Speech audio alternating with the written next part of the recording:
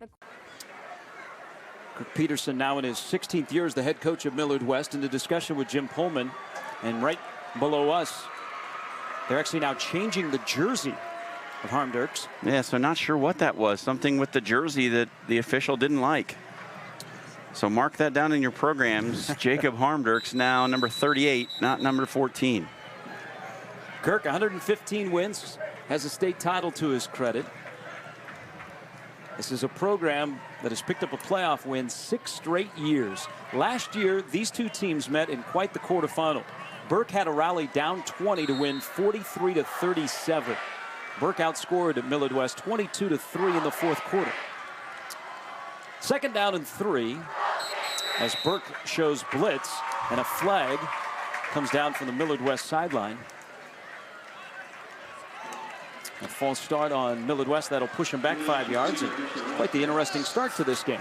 And it was Chris Hickman who was coming on the blitz, and that'll make any high school offensive lineman a little antsy as you see big number 42 bearing down on you. Burke plays a 4-2-5 type defense, a little bit in a 3-4. Last year they gave up a shade under 23 points a game as they made it to the semifinals, but were knocked out by the eventual champion Omaha North. Glance to throw on second down, out to the near side, and it is complete, and it is a first down. As he hit Dallas Beanham, the junior wide receiver, for a big pickup on Glance's first pass of the night. Not something we saw much of last week, Gary, was the short passing game for Millard West. They threw deep a few times, and it was mostly Jackson Wright between the tackles right there, mixing it up a little bit, getting Beanham out in space. Nobody really saw it coming. Good pickup. That's a pickup of 13. That's a first down for Millard West. Both teams off to a 1-0 start. Millard West number 5, Burke number 1. And Wright, with his first carry right up the middle, runs over a Bulldog as he crashes for 8. At 5'11" and a compact 200 pounds, he bowled his way out near the 45-yard line. Yeah, it's just a great seal block in the middle. The man in motion comes across, gets up into the hole, seals it off, and gives Wright the room he needs to get up in there. Well-blocked play. Wright with 3 touchdowns on the ground last week. Lines up behind Glance. Second down and 2. Just away from Burke Stadium. Week number 2 of the high school season. Glance, maybe some miscommunication in the backfield with Wright. He went the wrong way, so Glance had to keep it. And struggles to get to the line of scrimmage, maybe falling forward, got a yard. So it'll be third down and short for the Wildcats. Yeah, you called it, Gary. Just running back went the wrong way. Glance is expecting to be able to hand it off there, which is what he looked like he wanted to do. He wanted to give. Wasn't there for him. No running back to be found, so he just got what he could. Kirk Peterson's offense racked up 322 yards in the shutout victory at Millard North last week. And now he faces a third down and 2. Glance looks at a 4-man front, and Hendrich inches up towards the line of scrimmage. Wright fumbled the ball. It is loose. It is recovered by Burke.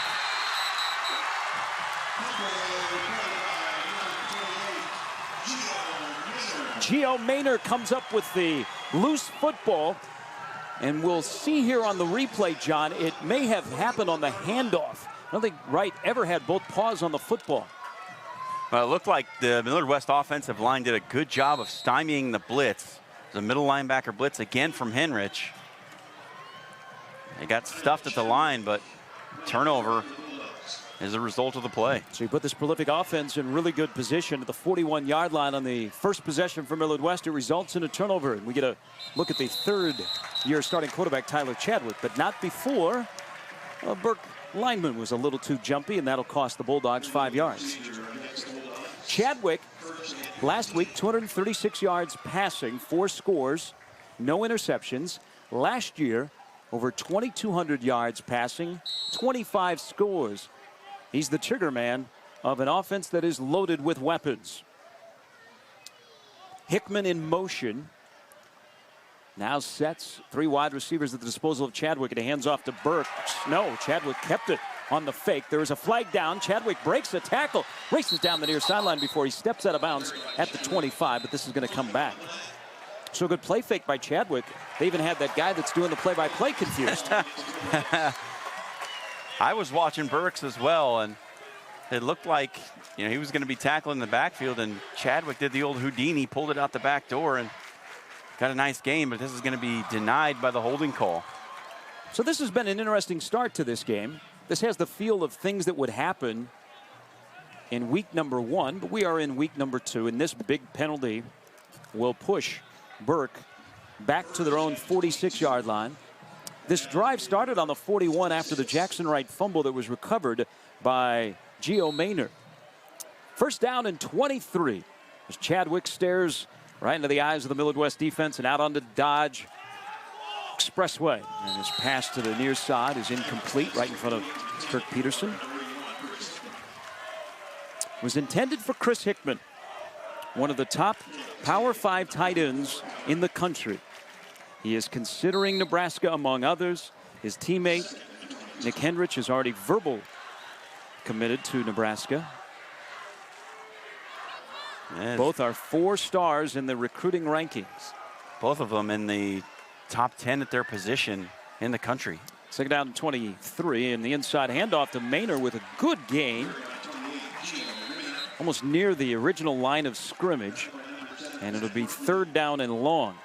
James Burks is the bell cow for this offense, but we saw last year Gio Maynard can come in and provide a little change of pace. They'll run him on some of those jet sweep type plays. He will come in and spell Burks at the tailback position from time to time. So just weapons all over the field for this Burke offense. We haven't even spoke of one of the top juniors in the area, Xavier Watts, the wide receiver, who's at the bottom of your screen. Chadwick will put it up on third down under pressure, and his pass is behind Hickman, incomplete. Coming in and almost getting a piece of Chadwick was Caleb Tay before the senior zipped it away, but it was incomplete. And after the turnover, Millard West defense holds, and they force a punt from Colin Campen. Perhaps fortunate to pick up that holding penalty on the big run by Chadwick, not to allow the first down right there. But made the most of it, took advantage, and they'll get the ball back. Garrett Kennedy is the deep man. He stands on his own 6-yard line. Campen, the punter, who had 2 punts for 33.5 yards on average last week, has plenty of time, steps into it.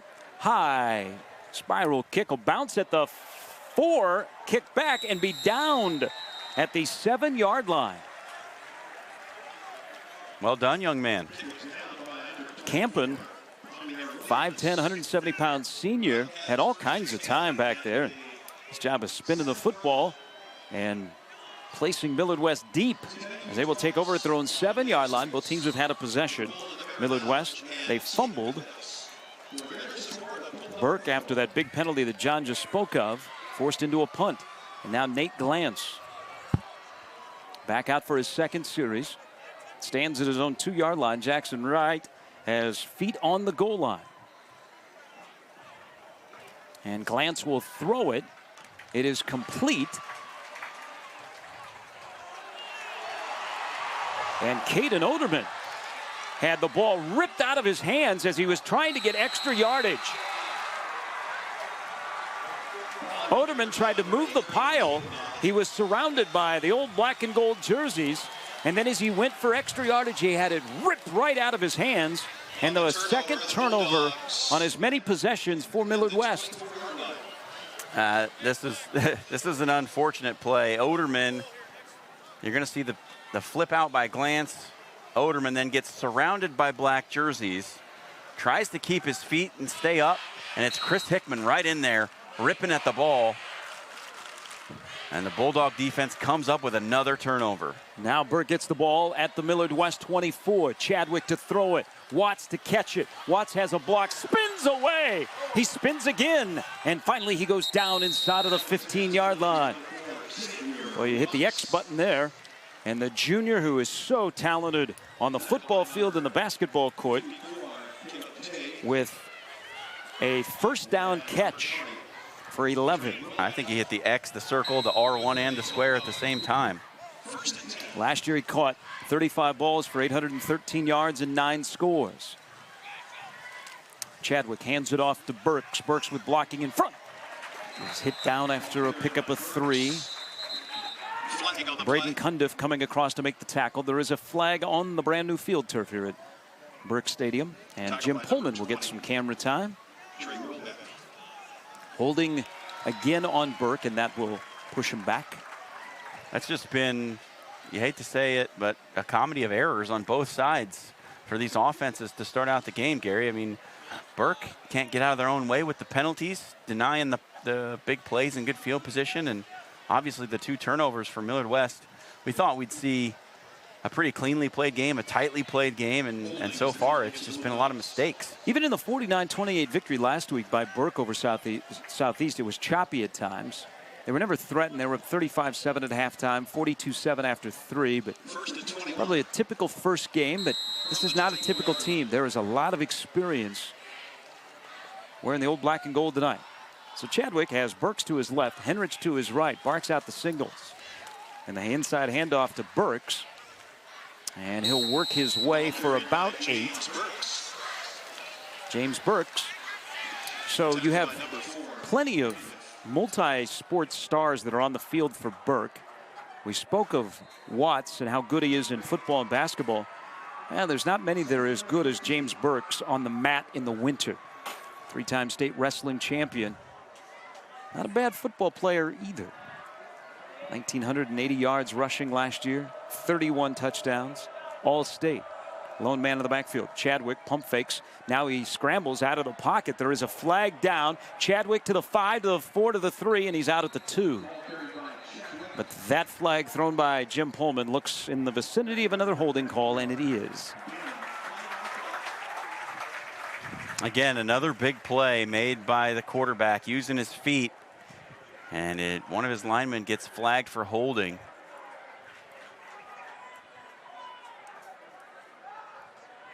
These are the kind of errors that are going to drive coaches nuts. And I'm sure Paul Lamanji, if he had hair, would be tearing it out right now.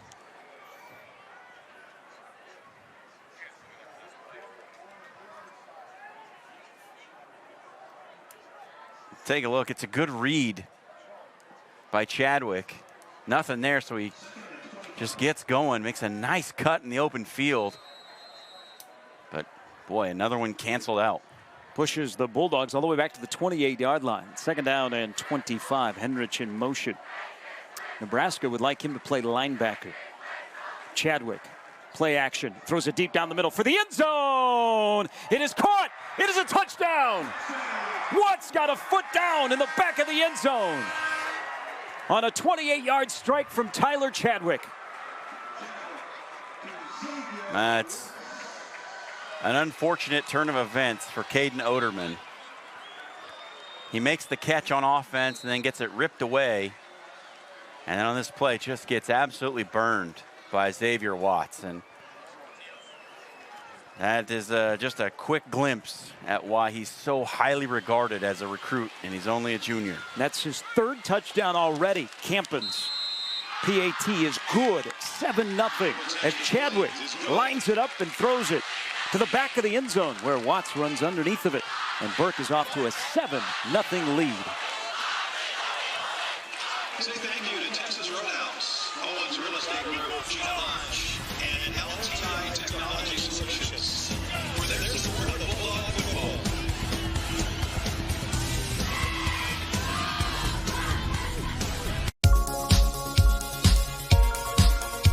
This is Rose.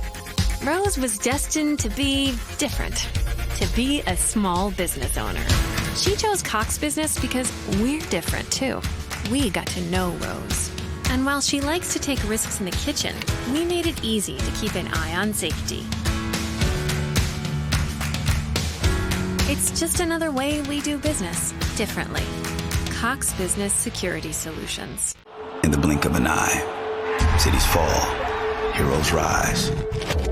A heartbeat skips as a man slips gravity's grip, and heartbreak leaps from the brink. In a blink, just think of all the games, teams, hopes, and dreams that live and die because greatness lies in the blink of an eye. This is the sports app on Contour from Cox. Cable TV reimagined to get you right to the good stuff. 7-0. Burke strikes first on a 28-yard touchdown pass from Tyler Chadwick to Xavier Watts, who will take an unofficial visit as a junior to Nebraska's season opener tomorrow in Lincoln against Akron. Well, John, if you had on one of your keys for Millard West, don't turn the football over. You could probably scratch that off. They turned it over twice, and now Burke has turned it into a touchdown. Now let's take a look at the keys for Burke first. I said play your game. They have so much talent. If they just play their game, they're probably going to be okay. Limit the big plays. We saw it last week. That's what killed Millard North. The big running plays for Millard West and touch distribution. I just think they need to get all their talent involved. Spread the ball around, move it around, stay unpredictable, and they'll be okay. For Millard West, run the ball. It's pretty obvious you need to keep the ball out of the hands of this potent offense. Strength up the middle. James Burks is such an effective runner between the tackles. I think those defensive tackles, linebackers, and safeties are going to have to be really good. And then composure. You're playing the #1 team in the state. Stay within yourself. Play controlled, play composed, and play a good game. So Millard West, which has had the ball twice, down 7-0. Short kickoff will be returned by Oderman, trying to dance around and find some green space. There is a flag down behind the play. Oderman goes down at the 30. This Burke offense, which they return a majority of their skill players from last year. It's in the line where they have to replace some key cogs. But the offense last year, twice they scored 60 or more in a game. Another time they scored 50 or more. And only 3 times they were held to less than 30 points. One time against Bellevue West, a game that was here on Game Time. And then twice against Omaha North. They averaged 42 points a game last year. They scored 49 of the opening night, and they're up 7-0. On the Oderman kickoff return, holding on the Wildcats. So they will start their 3rd possession back at the 15-yard line. Millard West has fumbled twice. And the Chadwick to Watts touchdown pass is the first that's been converted. Tristan Gomez is in at quarterback. This is the rotation we saw last week. Glance for 2, Gomez for 2. And the option pitch. And a good pickup. That's a new wrinkle we did not see last week, but there is a flag down.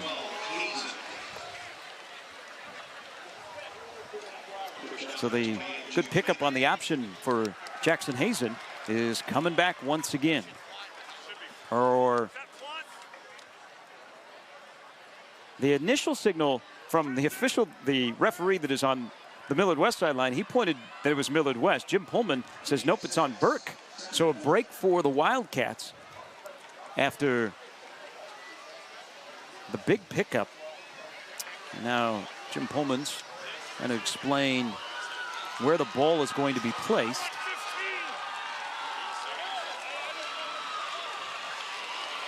I think I would call this game a choppy start. I think they're still trying to sort out what the penalty actually is. We'll get some clarity right here. Well, now Kirk Peterson wants an explanation.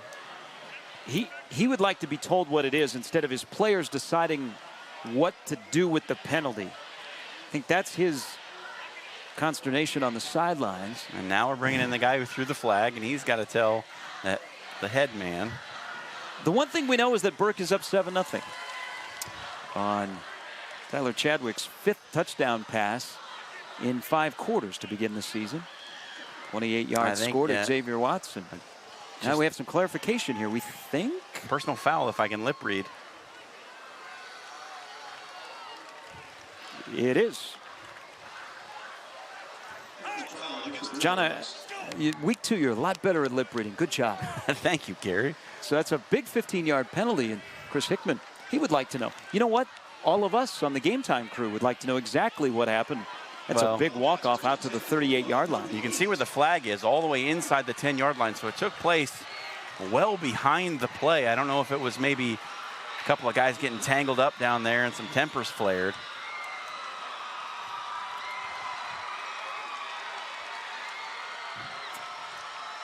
Jackson Wright hasn't been utilized much. 3rd possession for Millard West. Turned it over twice. Sullivan in motion. Gomez drops back to pass, has some time. Fires it down the near sideline looking for Oderman. Jump ball, and it's incomplete. It's that man, Gio Maynor again. He does it on both sides of the ball. Now you look at that starting defense.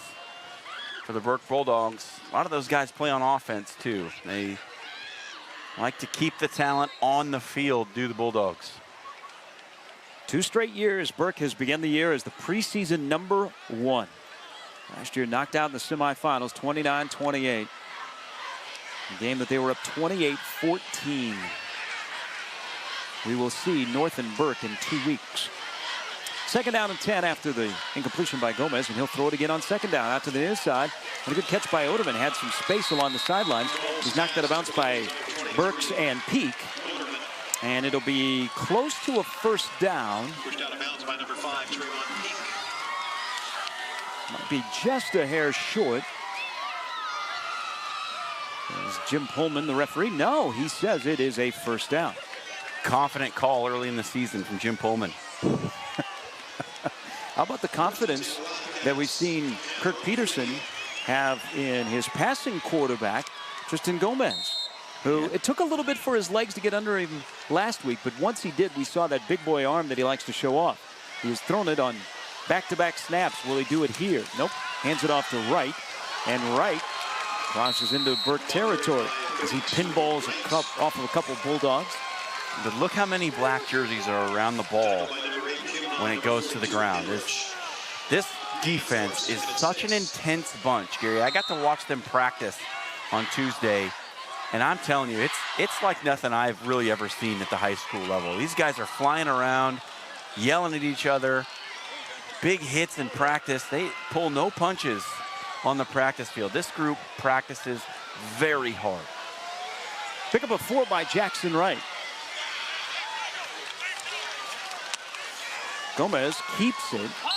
Probably a good thing because Wright was hit immediately.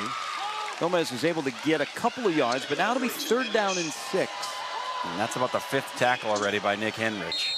He had 11 last week from his linebacker spot.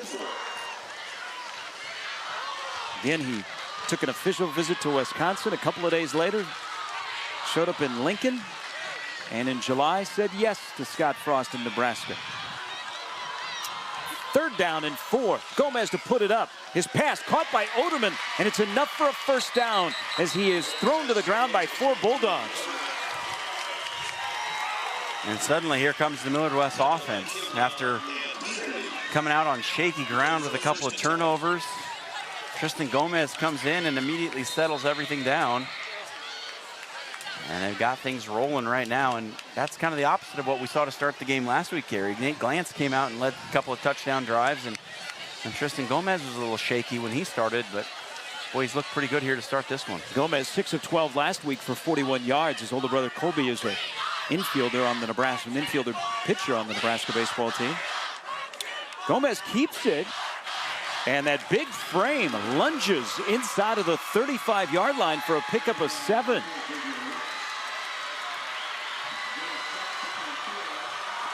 So you can see that Burke is keying on Jackson Wright, and why not? He was really good last week. But Gomez, a smart decision. Pull it out and keep it. Get himself a big pickup. He only carried the ball 5 times for no yardage last week in the 35-0 victory over Millard North. But the Wildcats are driving with 3.5 to go in the 1st quarter, down 7-0. 3rd possession, they've turned it over on their first 2. They'll snap it from their 33. The pressure is on. Gomez looking deep, fires it down the field, but well over the intended wide receiver, which is Jacob Harmdirks. He is switched to number 38.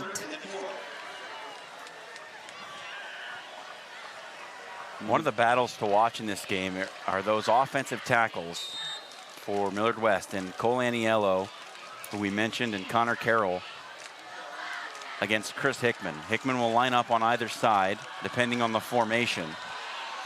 Just keep an eye on those battles out there when Hickman goes up against those tackles. 3rd down and 3. Henrich and Hickman inching towards the line. The snap back. The handoff to Wright, and Henrich knocks him down for a loss of 3.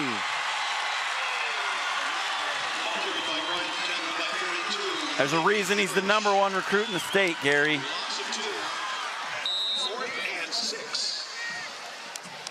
119 tackles last year. All-state linebacker. Yeah, they say you have a nose for the football. Look at the hit on Jackson Wright. And after the loss of 3, it's 4th down and 6, and Kirk Peterson will go for it, the best field position of the night for the Wildcats. After they motioned the tight end on that play, there was no one left there to pick up Hickman on the blitz. Gomez will throw it deep. He's got a man wide open. Touchdown, Dallas beat him. On 4th and 6 from 36, the Wildcats are a PAT away from tying this game. I think there was some miscommunication in the coverage between Chris Hickman and the cornerback Trey Peak. Both of them stay in the flat on the coverage, and there's nobody back there. All he has to do is lay it up. And the PAT from Sam Fetty is up, and we are knotted at 7. 36-yard touchdown pass. A breakdown by Burke, Beanham wide open, and he waltzes into the end zone to tie the game at 7.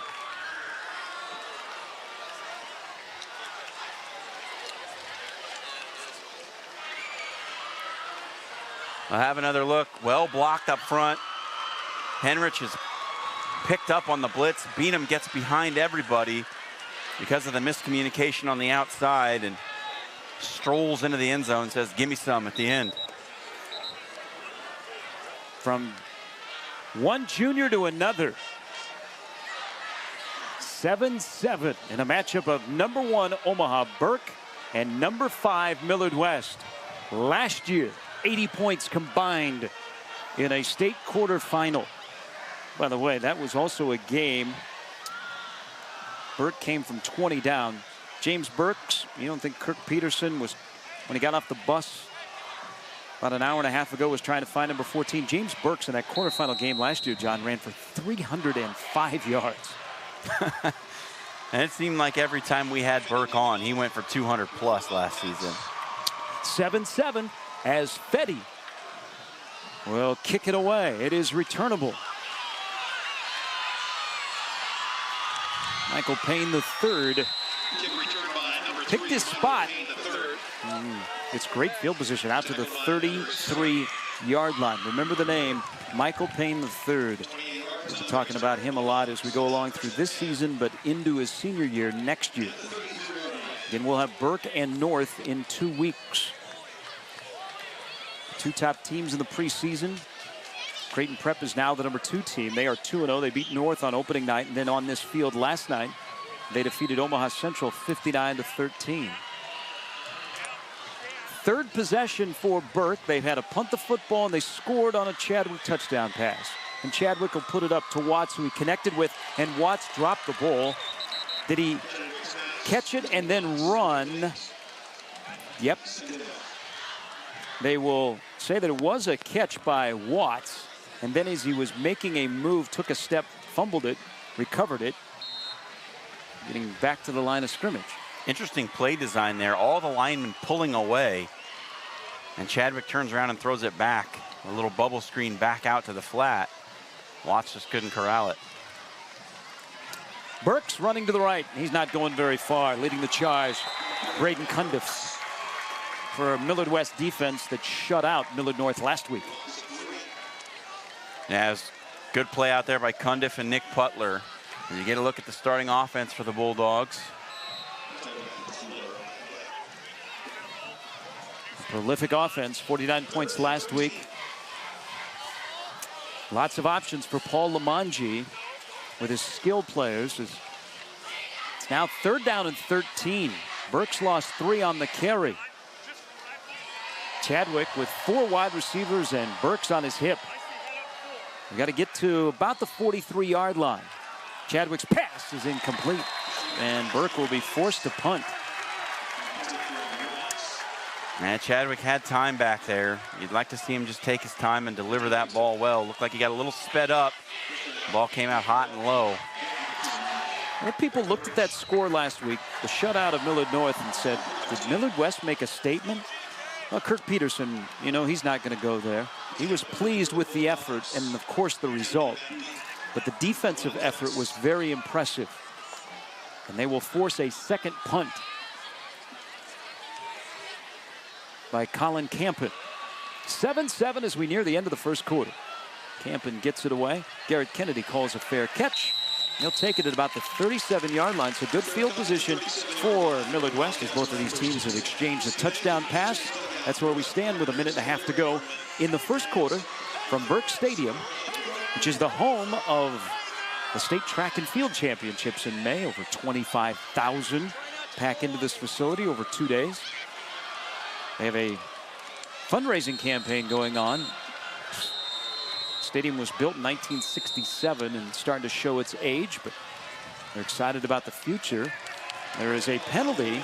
Immediately, Jim Pullman calls a substitution penalty on Omaha Burke.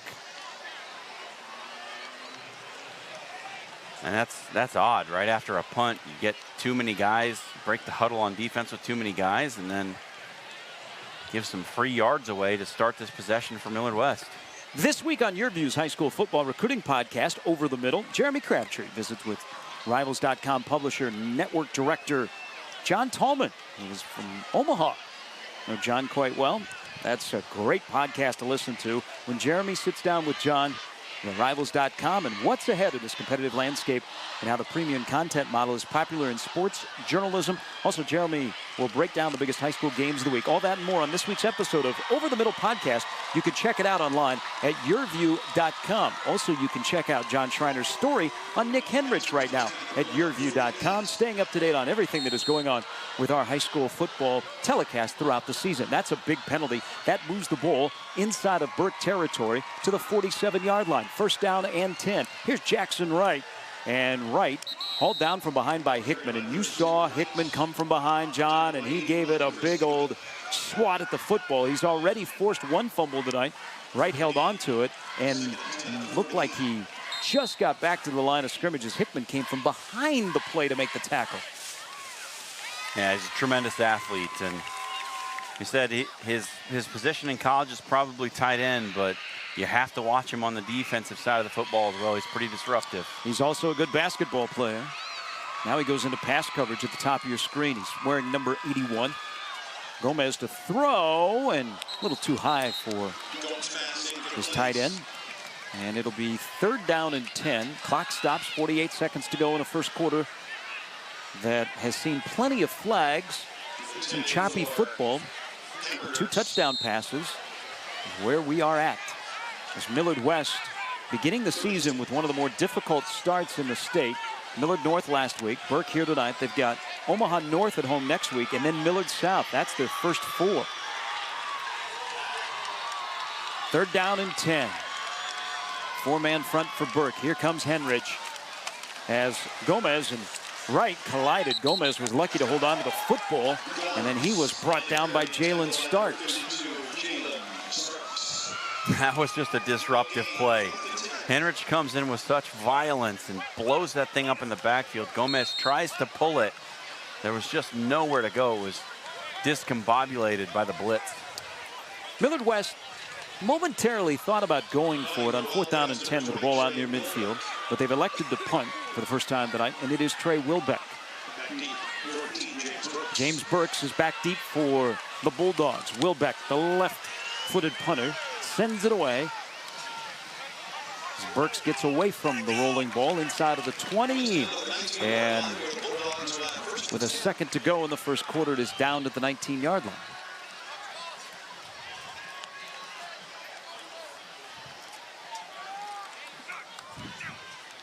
Tyler Chadwick touchdown pass to Xavier Watts. And a Tristan Gomez touchdown pass to Dallas Beanham. Those are the scores on your scoreboard with a second to go.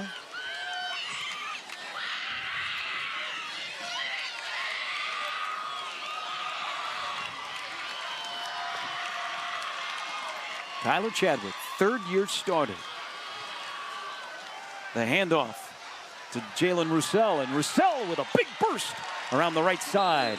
And that's how the first quarter will come to an end on a 15-yard carry by Jalen Roussel in a 7-7 game. From Burke Stadium, this is Game Time on YurView.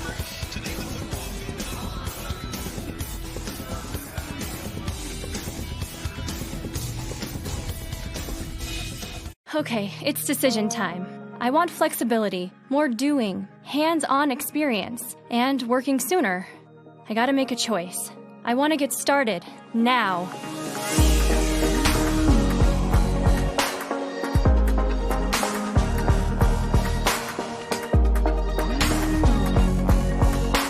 Find your path at iwcc.edu and get hands-on real-world experience. Start now at Iowa Western. This is Rose. Rose was destined to be different, to be a small business owner. She chose Cox Business because we're different too. We got to know Rose. And while she likes to take risks in the kitchen, we made it easy to keep an eye on safety. It's just another way we do business differently. Cox Business Security Solutions. Now at H&H, Factory Direct Clearance Pre-Owned. As a new car dealer, we get access to Factory Direct used vehicles before the public. And we just got a shipment at all 3 locations. Visit hhautomotive.com and click Factory Direct to see them all. Deals like this 2017 Camry, only $16,000. We're passing the savings on to you at all 3 H&H locations. Or shop online, hhautomotive.com.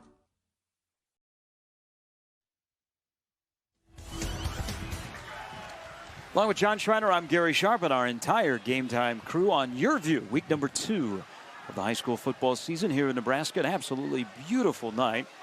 It is not beautiful in the mind of Paul Lamanji, the head coach of Burke, because as we return to action, another holding penalty on the Bulldogs. We'll push him back all the way to the 23-yard line. We're just underway in the second quarter of a 7-7 game. Burke number 1 in the state, Millard West number 5. Tyler Chadwick, senior signal caller, barks out the signals, looks at a 4-man front. Play action, fake, and he goes down. Braden Cundiff sacks him for a loss of 8. And Chadwick will know what Cundiff looks like because he was in his face in a split second. Yeah, Cundiff just gets inside and Roussel couldn't pick him up after he beats Hunter Jones. A great inside move by Cundiff to get that sack. He plays the left side of the defensive end position. 2nd and 27. Roussel on the carry looking for another big pickup after his first carry went for 15. And he dives for about 9 here, and it'll be 3rd down and long. And again, this Millard West defense, and the Millard West football program has always had a nice pipeline of young talent. When they graduate experienced senior classes, they're always very fundamentally sound, and they are tough. And they actually changed a little bit of their off-season conditioning to make them set for games like this, but more importantly, when they get into late October and November. Now 3rd down and 18 for Chadwick, and he'll put it up. Screen pass is caught by Burks, and he has lots of room. He made a move, and he got more room. And down the sidelines, the big pickup of 44 yards on the screen pass to the senior, James Burks. Well executed, and then James Burks, usually these plays are designed to put the running back one-on-one with somebody, and he wins that one-on-one battle, rips off a big one. And on a drive that Burke looked like the offense was going to sputter a little bit, that big play changes the complexion totally. 2,500 plus all-purpose yards last year. Roussel cut right and cut back to the middle, and it was probably not the wise decision. He got a yard. Jalen Roussel is a junior, so we talk about all the veteran skill talent. Then you look at the guys that are on the field now. Those are juniors, and Burke doesn't miss a beat. 2nd down and 9 for Tyler Chadwick. He looks over to his right. He sees Cundiff, who just sacked him. Chadwick to put it up. Now he's got plenty of time. Throws out the near sideline. Caught by Watts, trying to make a move. Dives to the 23, and it'll be 3rd down and short. Watts, whose father was an exceptional athlete at Bellevue East. Jeff, who was also a multi-sport athlete, and his son spent the summer on the football field and the basketball court. He will have plenty of options for his college choice. Also top-notch young man. Yes, sir, no, sir. Chadwick looked over the sidelines. Now he's changing the play, John, on 3rd down and 2. 7-7 here in the second quarter. Roussel with the carry. And he may be short of the first down. Dane Christensen got the tackle, was slow to get up, but Christensen was able to hold on to Roussel, and he did hold him a yard short, so it'll be 4th down and 1. Yeah, but I don't think it really mattered what happened on that play in this part of the field. They're going to go for it on 4th down pretty much anyway. So just get a couple of yards and make it a short 4th. Tight backfield for Burke. The splits get a little bit tighter. The handoff to Burks. And I think on the second effort, the state wrestling champion pulls his way for an extra yard, and that is a 1st down into the red zone for the Burke Bulldogs. And that's one of those reasons why football coaches love players who also wrestle. They understand leverage, body position, body control. James Burke's masterful right here. Watch. Does a little hop sideways, keeps his feet underneath him, rolls across the pile, and that's what gets the 1st down. They move the sticks and a fresh set of downs for Tyler Chadwick. 7-7, 7:50 to go in the first half.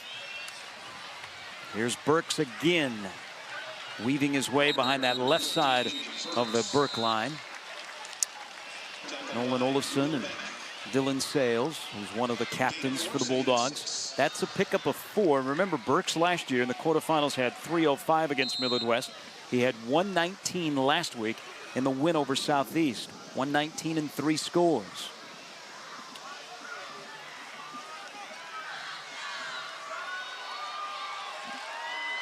They give a lot of flexibility to Chadwick in terms of calling plays. Why not? He's in his 3rd year as a starter. Turns and hands it off to Burks, and he cuts it back. He had a good burst of speed to get 5. It's going to be short of the 1st down, so it'll be 3rd down and 1.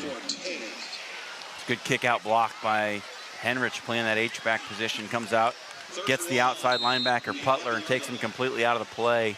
That allowed Burks to cut it up inside and make that gain. Coming up at halftime, we will talk with Iowa Western head football coach Scott Strohmeyer. The Reavers 1-0. They're home tomorrow. Stroh's coming up at the break. 3rd down and 1. Burks again.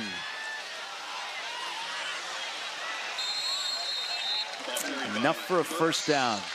Those legs keep a churning. Another second effort play that picks up a 1st down for Burks on this drive. And that Millard West defense has been on the field for a while.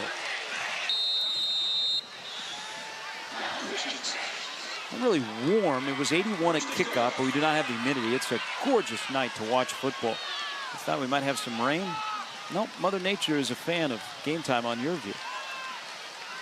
1st and goal from the 9. So Chadwick's got some options with his skill talent. Look for a jump ball to Watts. Or just a pass out near the sideline to Watts, and he turns it for 7 to the 2-yard line. It's like stealing. He's playing off coverage. Watts just takes 2 steps, turns around, and catches the ball.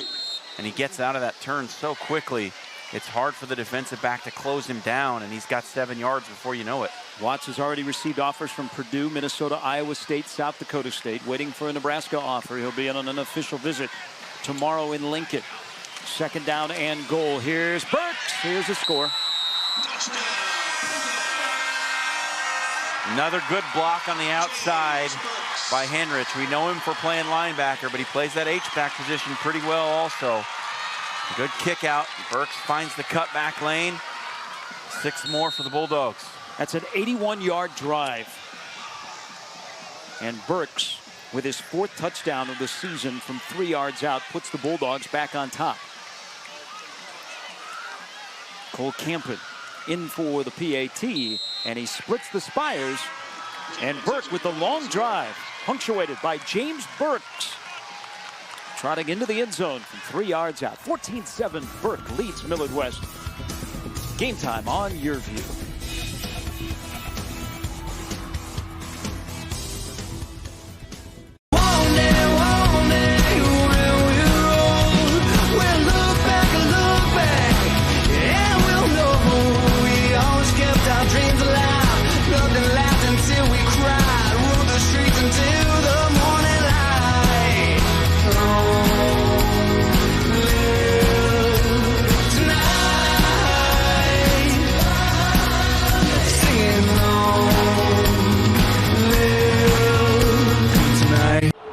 Of an eye, cities fall, heroes rise.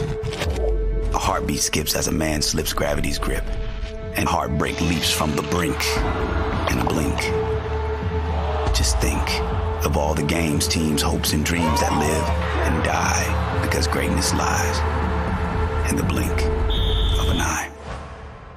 This is the sports app on Contour from Cox. Cable TV reimagined to get you right to the good stuff.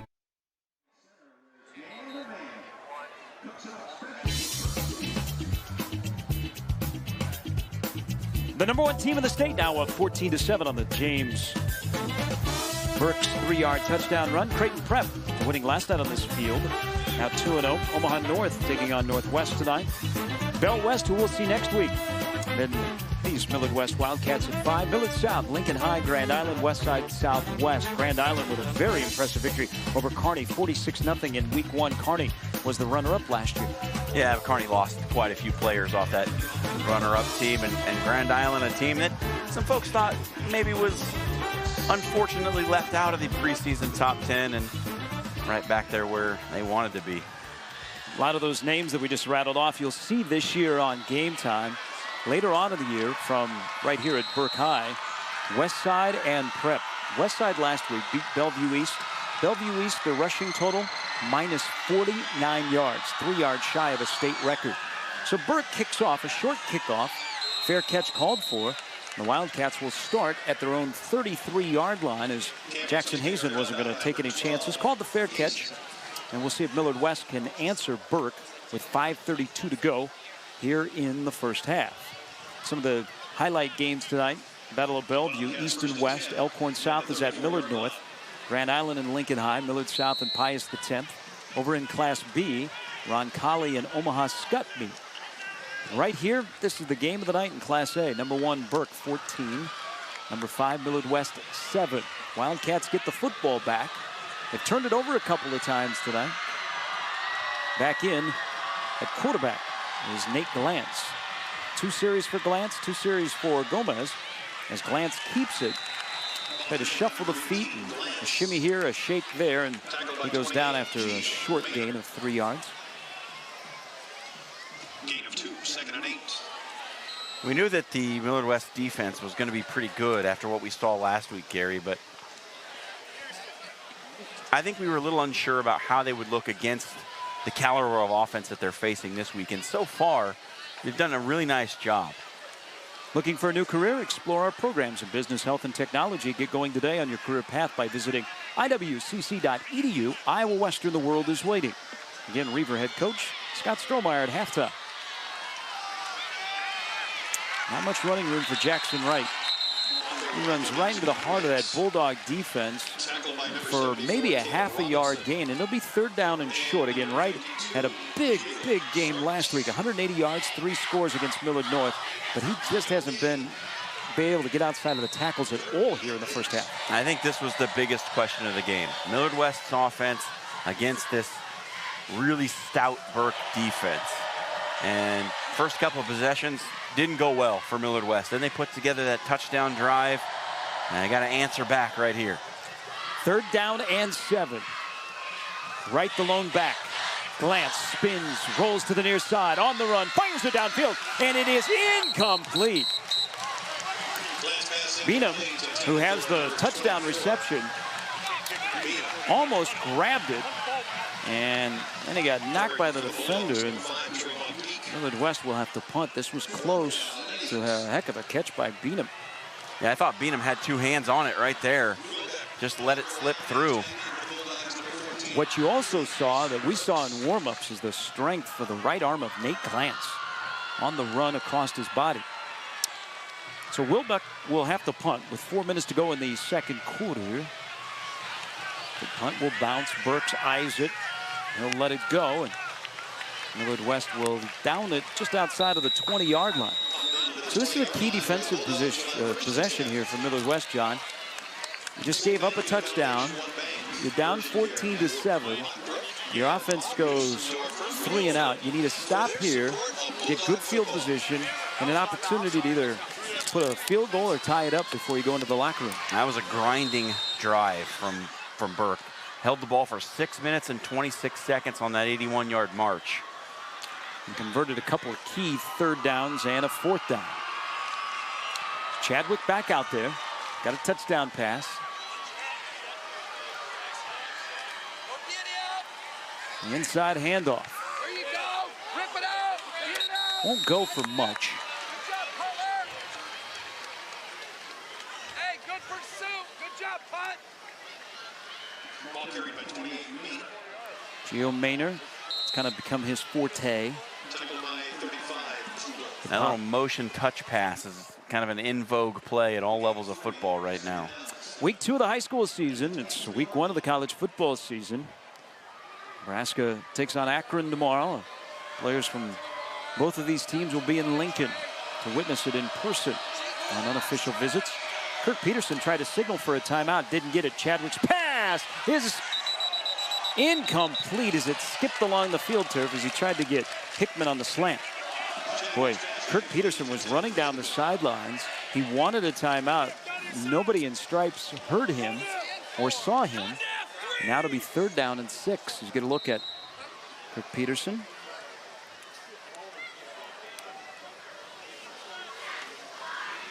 What a career he has had. 115 and 34. 1 state title, a couple of runner-ups. 21 times Millard West has been in the playoffs. 3rd down and 6. Chadwick, pump fake, looking deep, throws it deep down the near sidelines for Watts. It is caught.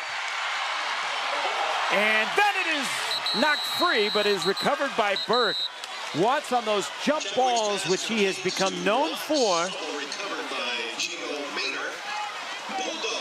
74.5-inch wingspan, goes up and makes the catch, and almost turned out for not. That's a great catch, and then he tries to make a move, and as he's looking back inside, just loses the football. But what a heads-up play by Maynard. Coming down the field, picking up the ball and securing it. Pick up a 32, John. What could have been a disaster, saved by a heads-up play. Handoff for the first time tonight, Tyrese Wynn. Interested in an exciting career in media studies? Would you like to be John and myself? Sure you would. Check out all the opportunities in TV, radio, and sports promotions at Iowa Western. Visit iwcc.edu. Iowa Western, the world is waiting. Might have the opportunity to interact with Don Kohler over at Iowa Western. We're big fans of Don and all of Iowa Western academically, athletically. Again, Scott Strohmeyer, the head football coach, will join us at halftime. Win again. Slowed up by Jackson Unger. Tackled by number 36. Be about a half-yard short of the first down, so it'll be 3rd down and 1. Burke has all 3 of their timeouts remaining. Get a look at the second carry of the night by the junior, Tyrese Wynn.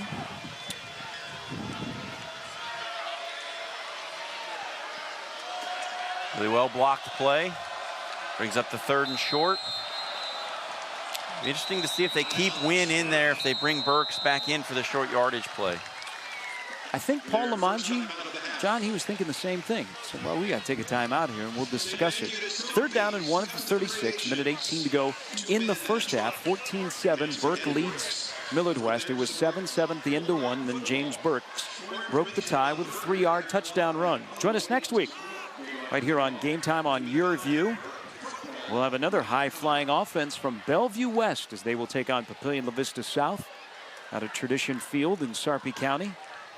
Bellevue West, we've talked about all of the talent on the field, whether it be Hickman, Henrich, Watts. Cole Aniello was offered a preferred walk-on spot by Nebraska. He's the Millard West 2A lineman, but we will get to see one of the top wide receivers in the country in the class of 2020, Xavier Betts, next Friday night. Already number 3. Already a 4-star prospect. Timeout is over. 3rd down and 1.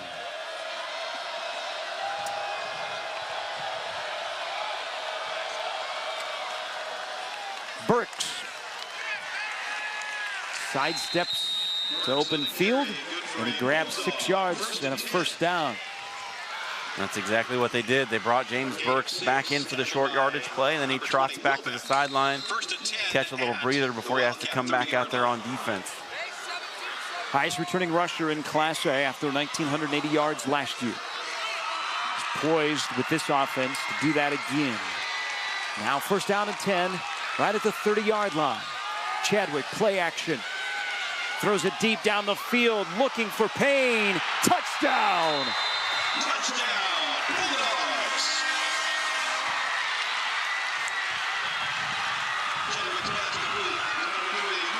Michael Payne III hauls in a 30-yard touchdown pass from Tyler Chadwick. Now this was a well-thrown ball by Chadwick. Got good protection up front. And Payne just streaks down the field on the crossing route to make the play. 2nd touchdown pass of the night for Chadwick, 6th of the year. Campen is in to make it 21-7. That is back-to-back scores for Burke. We'll get another look at this pass from Chadwick to Payne. Look at the blocking. There's clean pocket for Chadwick to set up and launch it down the field. Defensive back trailing. What a well-thrown ball. Leads him out front so he doesn't have to battle with the DB. And 6 more. And suddenly Burke up 2 scores. Iowa Western has the career choices that fit your busy schedule. Come to campus, study online, or enroll in evening classes now. Visit iwcc.edu. Iowa Western, the world is waiting. There's John Schreiner. I'm Gary Sharp. Again, Scott Strohmeyer, head football coach at Iowa Western, will join us here in the booth at halftime.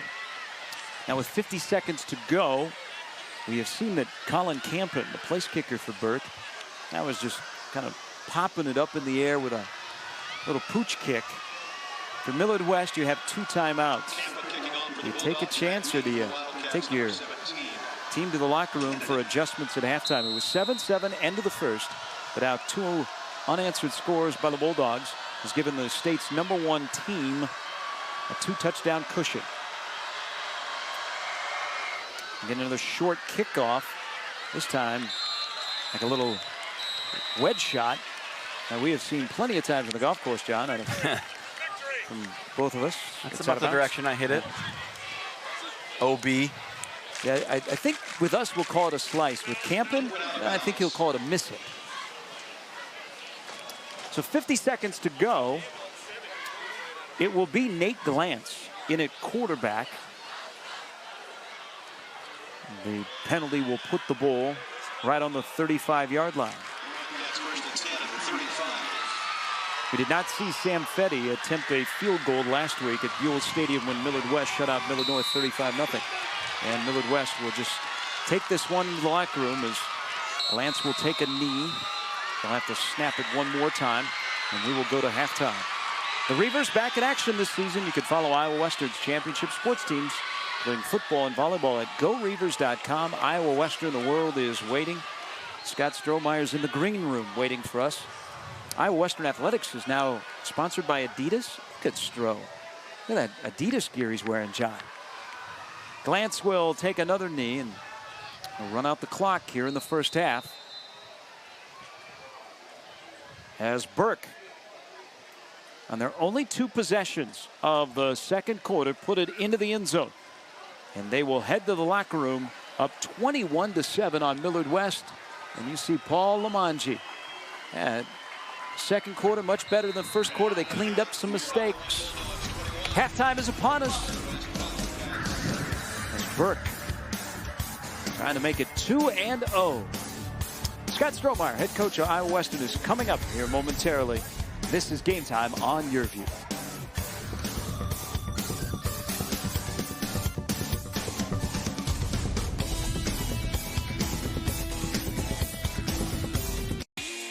The Gigablast Halftime Show, powered by Cox, is presented by Iowa Western. The world is waiting.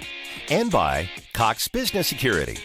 Join us all fall long for some of the top high school football from around the country on Game Time. For in-depth interviews, behind-the-scenes coverage, recruiting updates, and more, be sure to visit YurView.com, your home for high school football.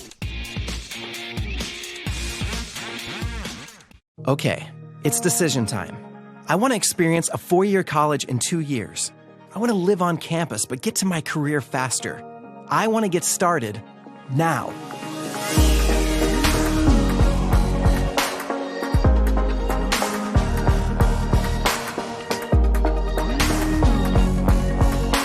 Find your path at iwcc.edu and get hands-on, real-world experience. Start now at Iowa Western. You're the decision maker, weighing every option to make the smartest choice. That's why you start with Nebraska Medicine, an entire network of top providers working together to keep you healthy.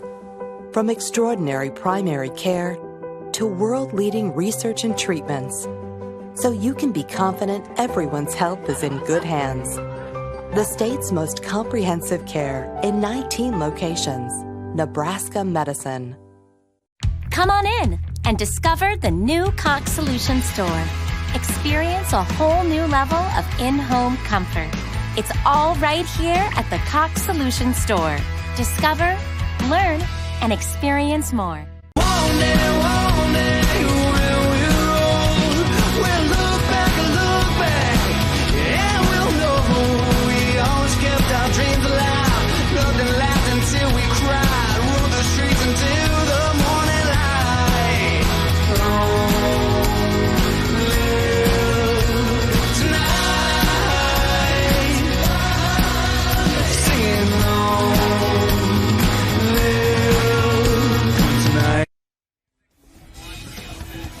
Halftime at Burke Stadium, where the #1 Burke Bulldogs lead Millard West by a score of 21-7.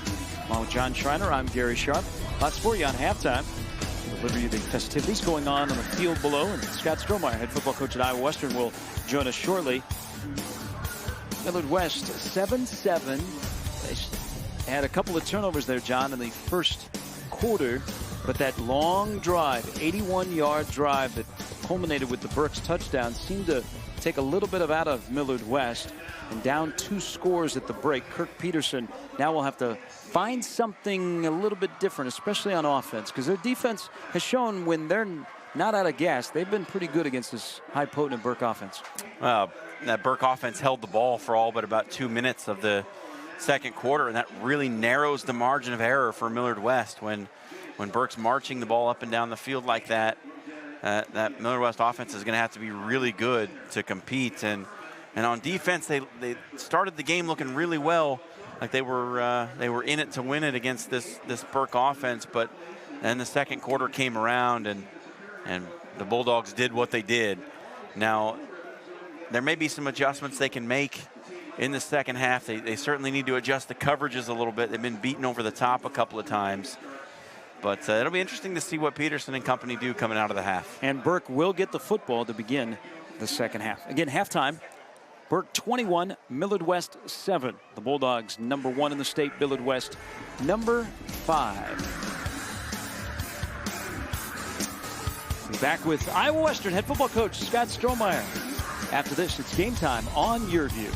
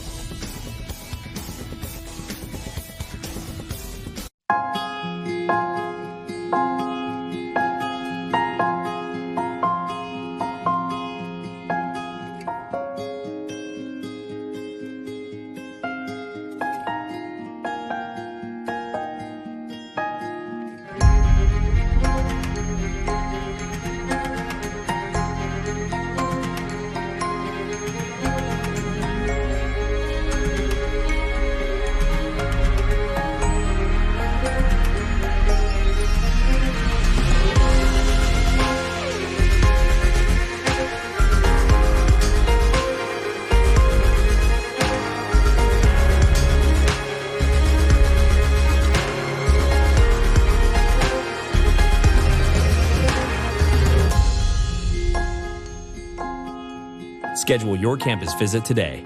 Iowa Western. The world is waiting.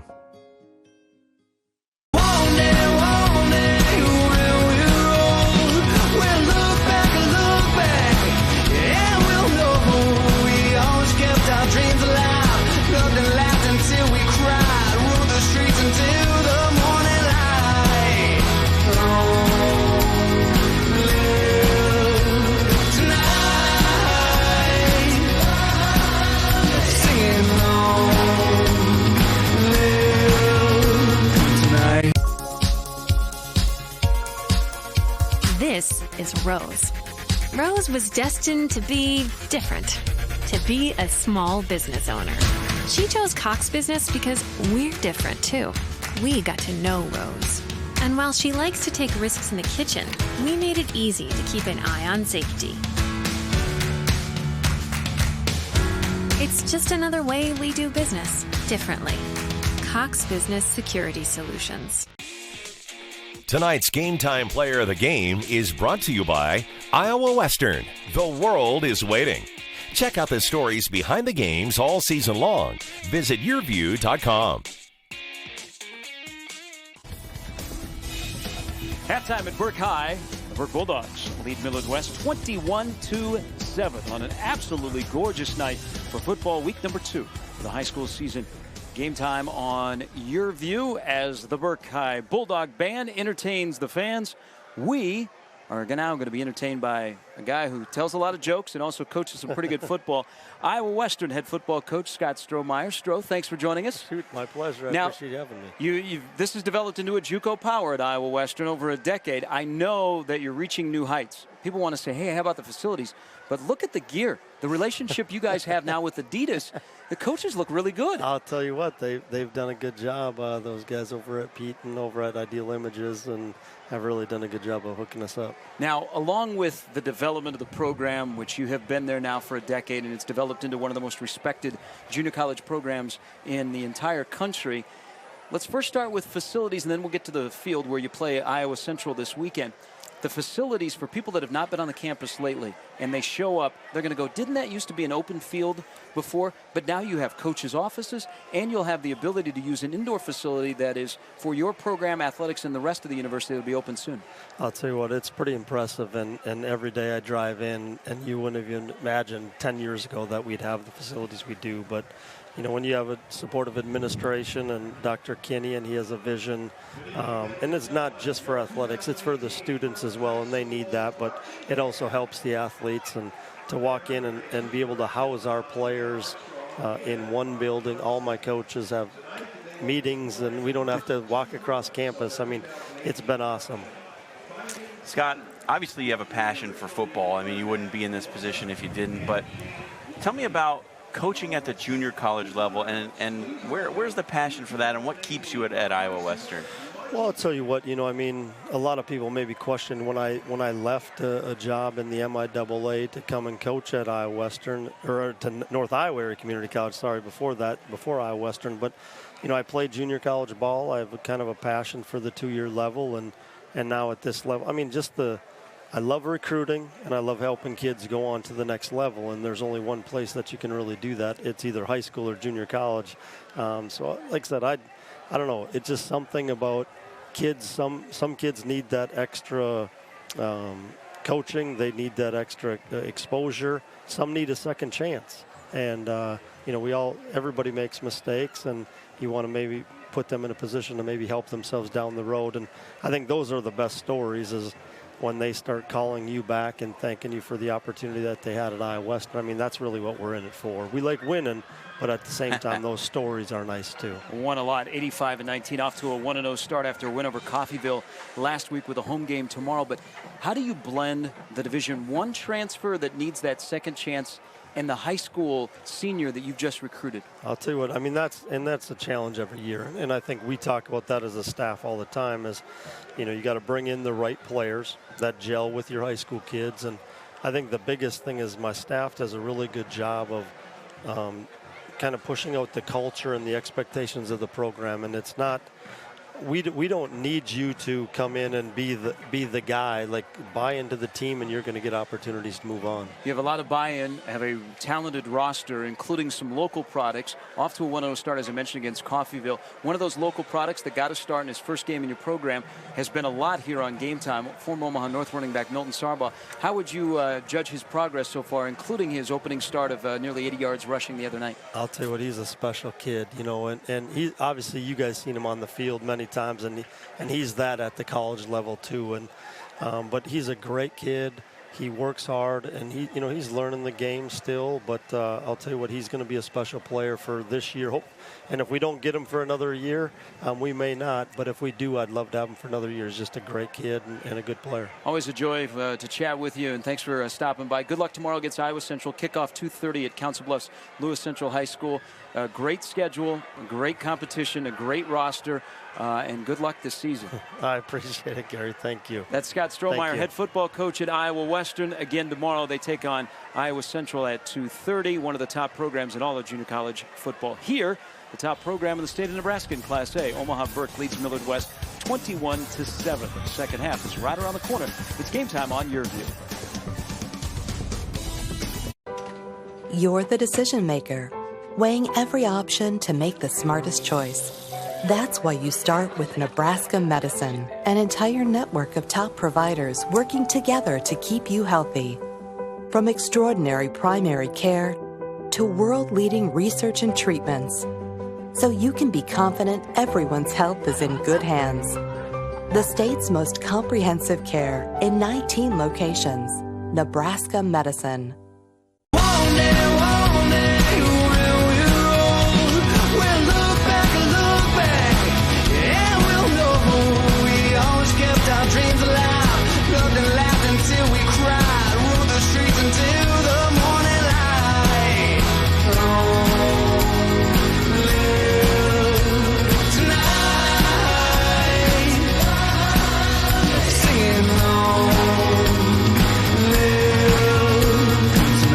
Okay, it's decision time.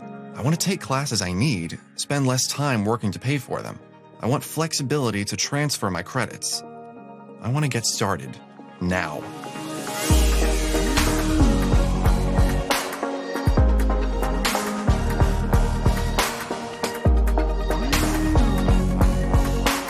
Find your path at iwcc.edu and get hands-on, real-world experience. Start now at Iowa Western.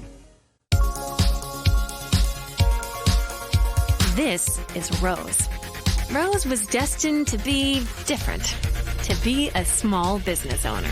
She chose Cox Business because we're different too. We got to know Rose. And while she likes to take risks in the kitchen, we made it easy to keep an eye on safety. It's just another way we do business differently. Cox Business Security Solutions. 21-7, Burke leads Millard West to the enjoyment of the Bulldog student section. Would you call it semi-color coordinated, John? Well, maybe it's Highlighter Friday. I'm not sure. Yes. Well, let's do some highlights here of the first 24 minutes of football on a Friday night. You got things going early with a couple of turnovers by that Millard West offense. 2 fumbles, both recovered by the Bulldogs, and then Xavier Watts got himself going. A little spinorama right there. Later on the drive, Tyler Chadwick lays it out. Xavier Watts with the toe tap, and it was 7-0 Bulldogs. After the PAT, Millard West on the next drive, tried to get Jackson Wright going, and there was a mix-up in the secondary for Burke. And Tristan Gomez hit Dallas Beanham, 36 yards for the touchdown, and we were back to even again. At the end of the first quarter, Burke took over with 1 second remaining on the clock, and it led to this, a big sack right there by Braden Cundiff. But Burke not done in by that sack. Here's the big screen pass to James Burks, 40-plus yards for the senior running back. And it would set up this. A 3-yard touchdown run on the heels of an 81-yard, 6-minute, 26-second drive. The third score of the second quarter, that one right there. Chadwick to Payne for 30 yards with 50 seconds remaining in the quarter. And that made it 21-7, and that is where we stand at the half. Burke will get the football to begin the second half, and that's what's next on Game Time on YurView. This is Rose. Rose was destined to be different, to be a small business owner. She chose Cox Business because we're different too. We got to know Rose. And while she likes to take risks in the kitchen, we made it easy to keep an eye on safety. It's just another way we do business differently. Cox Business Security Solutions. Now at H&H, Factory Direct Clearance Pre-Owned. As a new car dealer, we get access to Factory Direct used vehicles before the public. And we just got a shipment at all 3 locations. Visit hhautomotive.com and click Factory Direct to see them all. Deals like this 2017 Camry, only $16,000. We're passing the savings on to you at all 3 H&H locations. Or shop online, hhautomotive.com. You're the decision maker, weighing every option to make the smartest choice. That's why you start with Nebraska Medicine, an entire network of top providers working together to keep you healthy. From extraordinary primary care to world-leading research and treatments, so you can be confident everyone's health is in good hands. The state's most comprehensive care in 19 locations. Nebraska Medicine.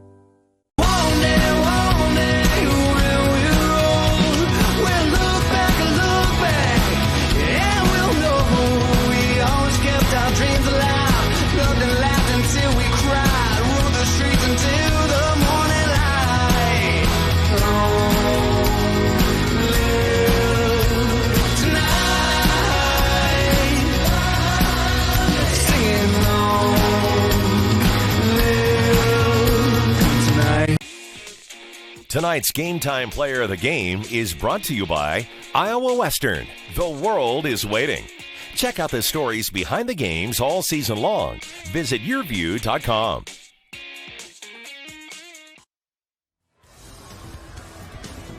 Getting set for the second half kickoff between Burke and Millard West. It was 7-7 after the first quarter. Then the scores by Burke in the second quarter has given them a 2-touchdown lead. So the Millard West Wildcat cheerleaders. Millard West doesn't get any easier. They're playing number 1 Burke tonight. They'll take on number 3 Omaha North next Thursday. We will see North and Burke 2 weeks from tonight. We'll see what adjustments Kirk Peterson was able to do in the locker room at halftime. And they will start on defense. Also should mention both of these schools not only successful on the football field, but recently in baseball. They both represented the state of Nebraska in the Legion Regionals. Scott Hodges, the baseball coach for Omaha Burke, they won the state Legion championship. First time that Burke has done that in a while, and Scott's got a really, really good baseball program. And Steve Fry, who we know quite well, and is up here tonight talking to former Millard West head coach Frank Ryan, who is one of the winningest coaches in the history of the state. So Scott Hodges at Burke and Steve Fry at Millard West. 2 really, really good baseball coaches, 2 really good programs. And you look at Jackson Wright, the running back for Millard West 3 weeks ago. He was batting cleanup and playing in the outfield for Steve Fry in the American Legion Regional up in North Dakota. Now, he batted cleanup a week ago, too. Tonight, though, he hasn't been able to get on track at all. Well, that front 7 for Burke is pretty salty. So if you're gonna do work on the ground against them, you're gonna have to buck up, and that is the message I think for that offensive line here in the second half is grit your teeth, bite down, and dig in, because they're gonna need to move some people out the way to open up that running game. They've had some success throwing the ball, but eventually you've got to be able to run the ball. Burke last year 9-3, Millard West 9-2. Burke knocked out Millard West in the quarterfinals. And Sam Fetty will kick off to begin the third quarter. Burks and Payne are deep. And here we go in the third quarter. Burks will come up and catch it at the 10. With Payne blocking in front of him. Burks, tough to haul down.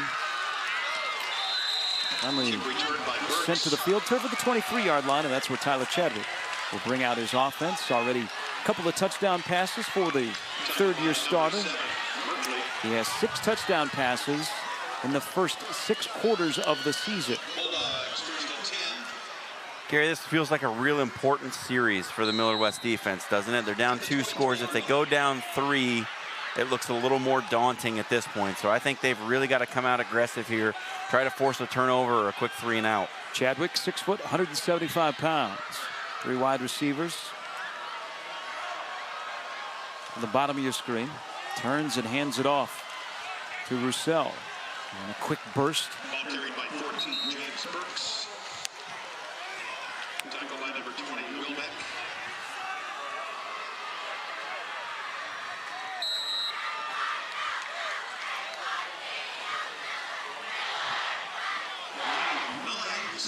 It's a good gain on first down for the Burke offense.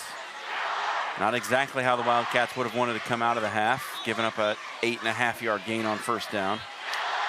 Burke has never won a state title. Paul Lamanji lost in the final to Lincoln Southeast in 2011. Payne in motion.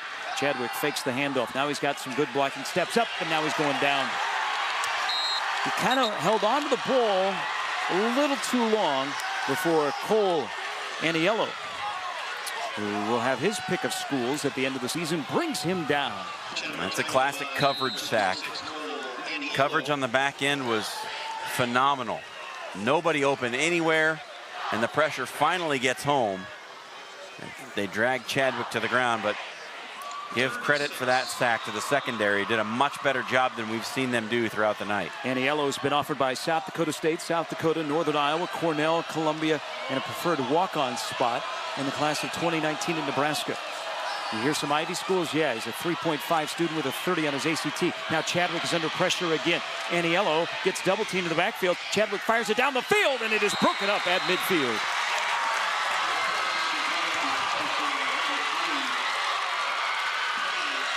Great play by Matt Detlefson, the cornerback. Good job of Chadwick running around buying time, but once again, that coverage, Gary, that was tested so often and beaten in the first half. 2 consecutive downs. They come up with big plays. Sticking tight to the receivers. They'll create the 3 and out.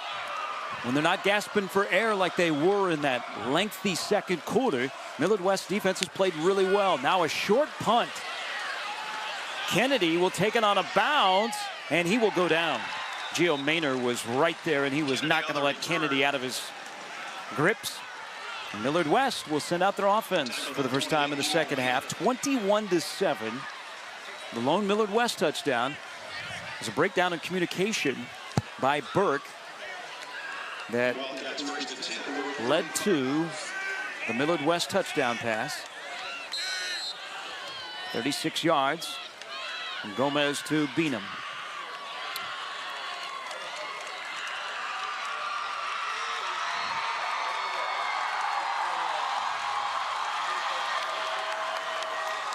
One of the few places there isn't a play clock in the stadium yet. Very surprising that in a facility like this you would not have a play clock in both end zones. We saw it last week at Buell Stadium.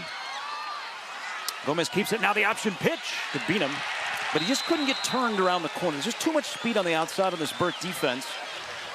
As we've seen Gomez a couple of times pitch the football. Beanham maybe lost a yard, so it'll be second down and 11. Tristan Gomez starting at quarterback here in the second half. This is the free safety and the inside linebacker tag teaming on that tackle. Xavier Watts coming all the way from that free safety spot, flying up to cover the run. Nick Henrich in there again. He had 20 offers before he said yes to Nebraska. Patterns his game after Sean Lee, the Dallas Cowboy linebacker. Why? Henrich is a longtime Cowboy fan. Beanham catches it here, sat right down in the coverage, made a nice catch, and he lunges, I believe, for a first down. Boy, he's got some sure hands. This is the second straight week we've seen Millard West. And Dallas Beanham, you put it anywhere near him except for the lone one at the end of the first half. He's going to catch it, and he's going to turn it upfield. Not enough for a first down, so third down and short. Yeah, this is a nice little move right here. Just skirts to the outside and stretches the ball out. Comes up about a half-yard short. Big down right here. 21-7, Burke with the lead. Burke showing pressure. Gomez barking out the signals. He fumbled the snap. Now he scrambles and he throws it incomplete. Just got sped up by that blitz look from the Burke defense. Didn't secure the snap. And it's a broken play. And another punt upcoming for the Wildcat offense. 3 of the last 4 possessions, Millard West has been forced into a punt. The one that was not was the end of the first half. Wilbeck, the punter, is late getting on the field. That's the one guy you'd think that should know where he's going to be. Watts is deep. You got to be careful here. Wilbeck hits a line drive, and it will come to a stop at the 33-yard line. So missed opportunity for Millard West. Their defense makes some big plays to begin the second half, but their offense, to the bobbled snap, stalls. And now the Millard West defense, you get quite a few guys that are two-way players. They're back out there as Burke will take over at the 33. And I don't want to mention this, Gary, but there was lightning off to the southeast.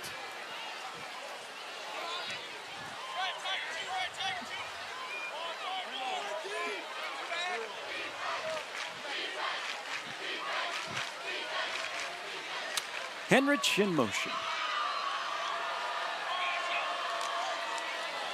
Chadwick will keep it. He eluded one tackler. Got by Tay initially, and then Tay ran him down with some help from his friends for a pickup of 4. But Chadwick puts a move on Tay right there. Whoop. But watch Tay. Stays with it, stays right after him, right on his back, and helps make the tackle. That's good effort from the young man. Gio Maynor is in at running back on this series. And he has the handoff, and he squirts his way up the middle, and he spins for a first down. Looking for a new career? Explore our programs in business, health, and technology. Get going today on the career path by visiting iwcc.edu.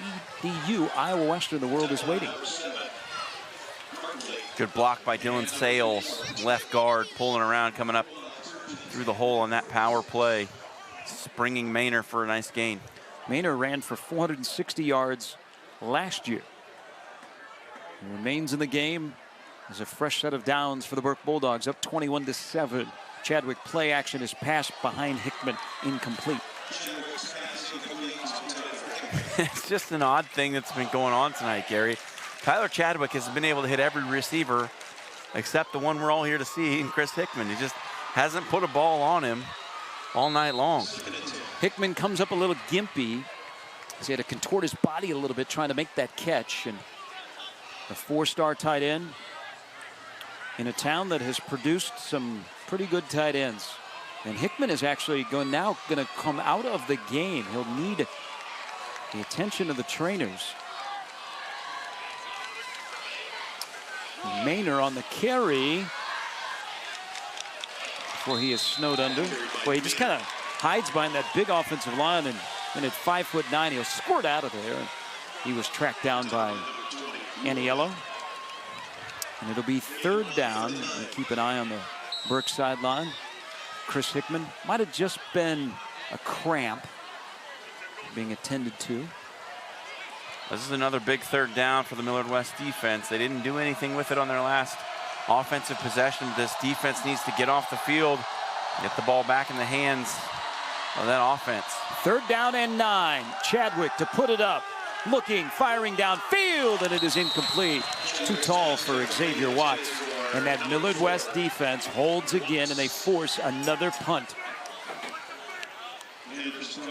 That's a big key here for the second half. Trailing by 2 scores. Defense is going to need to keep turning in empty possessions for that Burke offense so that the Wildcats can get back in it. Colin Campen handles the place kicking and punting duties for the Burke Bulldogs. One other thing about Henrich and Hickman, they don't leave the field. Offensive, defensive, special teams. And the punt is blocked. It is picked up. And Millard West will have great field position. Wilbeck, the fellow punter. Campen mishandled the snap, and Wilbeck blocks it, picks it up, and Millard West is in business as they'll have the football at the 18-yard line. Well, Nick Henrich is the personal protector who calls out the assignment. And if you watch on this replay, I don't know if we'll see it, but he calls the outside man in because he sees the overload. Millard West then jumps to the other side with another man, and there's an extra man out there, and that's the player who blocked it. They overloaded one side, no one out there to block him, and it creates the punt block. Punter on punter crime. Tristan Gomez in at quarterback. Play action, spins away from the pressure, looks downfield, fires it. Just wide of the intended wide receiver, and that was dangerous because there were 3 Bulldogs that were surrounding Harmdirks at the 10-yard line. What a big special teams play for Millard West. Much needed at this point also. Well, back in that first half, Millard West turned the ball over on their first 2 possessions. Burke was only able to convert one of them into a score. 21-7, nearly halfway through the third quarter. Game time on YurView. If you love the pictures, we'll just try and describe what we see. John Schreiner, I'm Gary Sharp. Burke showing pressure. Gomez back to pass.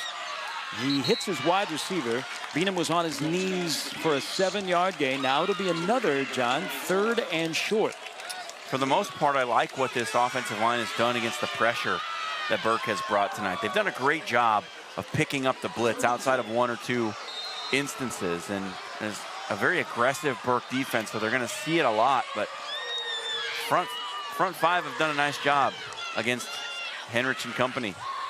About 3rd down and 4. Gomez in the gun. Snap back to him, knee high. Looking to the end zone, steps up, throws it towards the pylon, and it is knocked away. Trevon Peak with a pass breakup. And on 4th down, Kirk Peterson will send out Sam Fetty to attempt a field goal. This was another blitz sent by Burke. Picked up, and just a jump ball, one-on-one battle. Trey Peak wins it.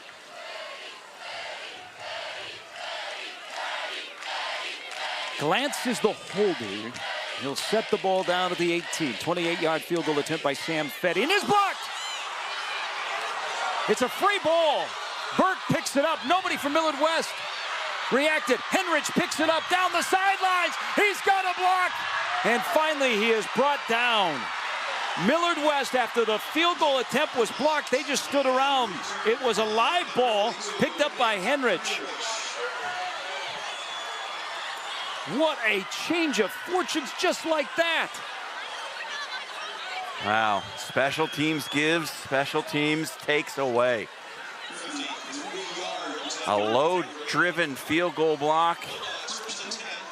Hickman blocked it. Henrich picked it up. All 6'6" of Chris Hickman got up, got a hand on it, and his buddy Nick Henrich got down the sideline. Bulldogs in business again. In the span of a couple of plays, a block punt, block field goal. Burke back in business with great field position, up 2 scores. James Burks with a 3-yard carry. So go figure. Chris Hickman blocks the field goal. Nick Henrich picks it up.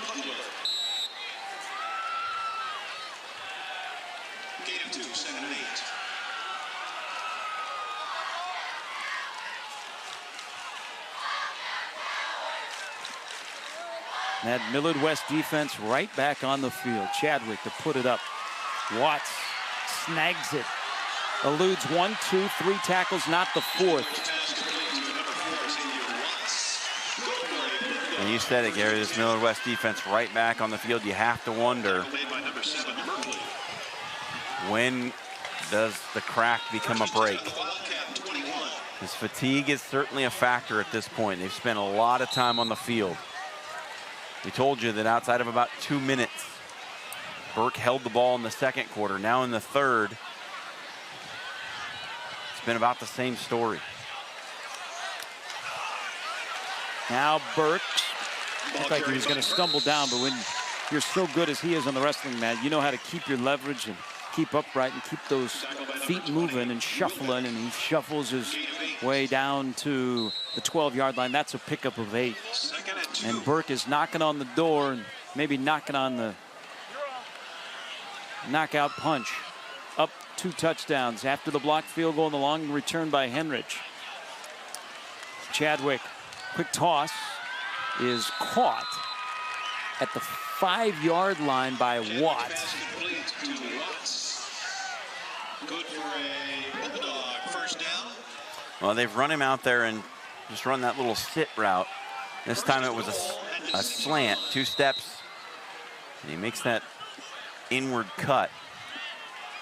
A little bit of a low delivery from Chadwick, and Watts able to go down and get it.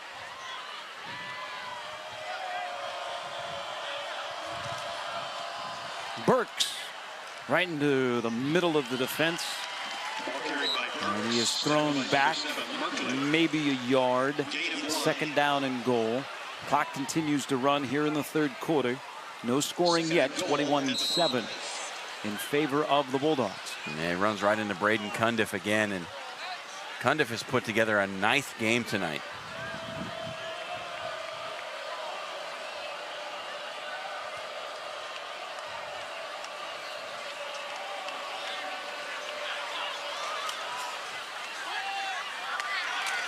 Burks again fighting his way through a couple of tacklers where you got to hit him high, you got to hit him low to bring him down. Now it's 3rd down and goal. 3rd down and goal at the 3.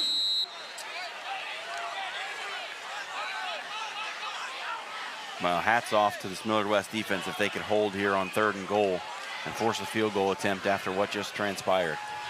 Burks directly behind Chadwick. Henrich to Chadwick's right.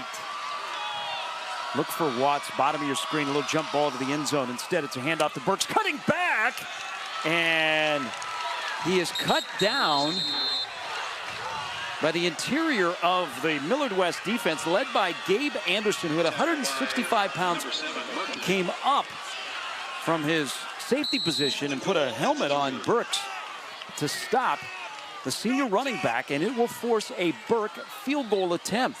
And again, that Millard West defense, when called upon here in the third quarter, have answered.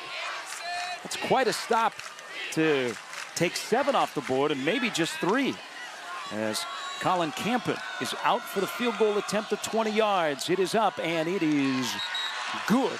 And Burke increases their lead to 24-7. But that had a touchdown written all over it after Burke blocked the field goal on the other end. It's a big stop, and it keeps effectively Millard West in the game, because a touchdown right there with 1:54 left in the third. Game's essentially over. Still got a shot. 24-7. Burke leads Millard West, 1:54 to go in the third quarter. It's game time on YurView.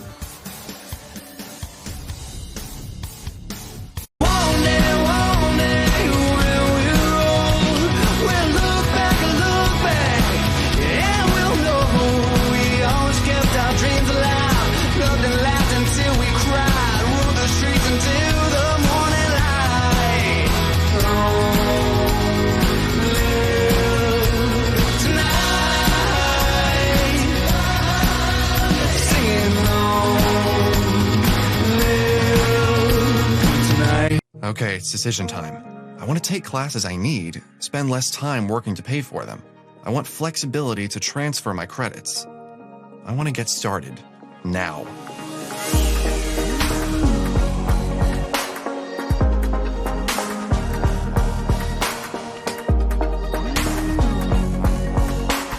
Find your path at iwcc.edu and get hands-on, real-world experience. Start now at Iowa Western.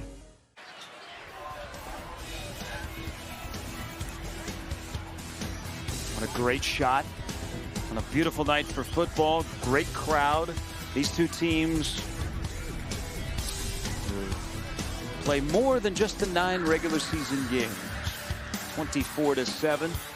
As Millard West holds in the red zone, forces the 20-yard field goal by Colin Campen. Millard West had their opportunity, but they had a 28-yard field goal by Sam Fetty, blocked by Chris Hickman.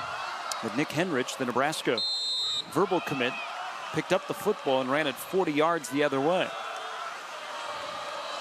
Campen approaches the football and sends this one deep. And will be a touchback.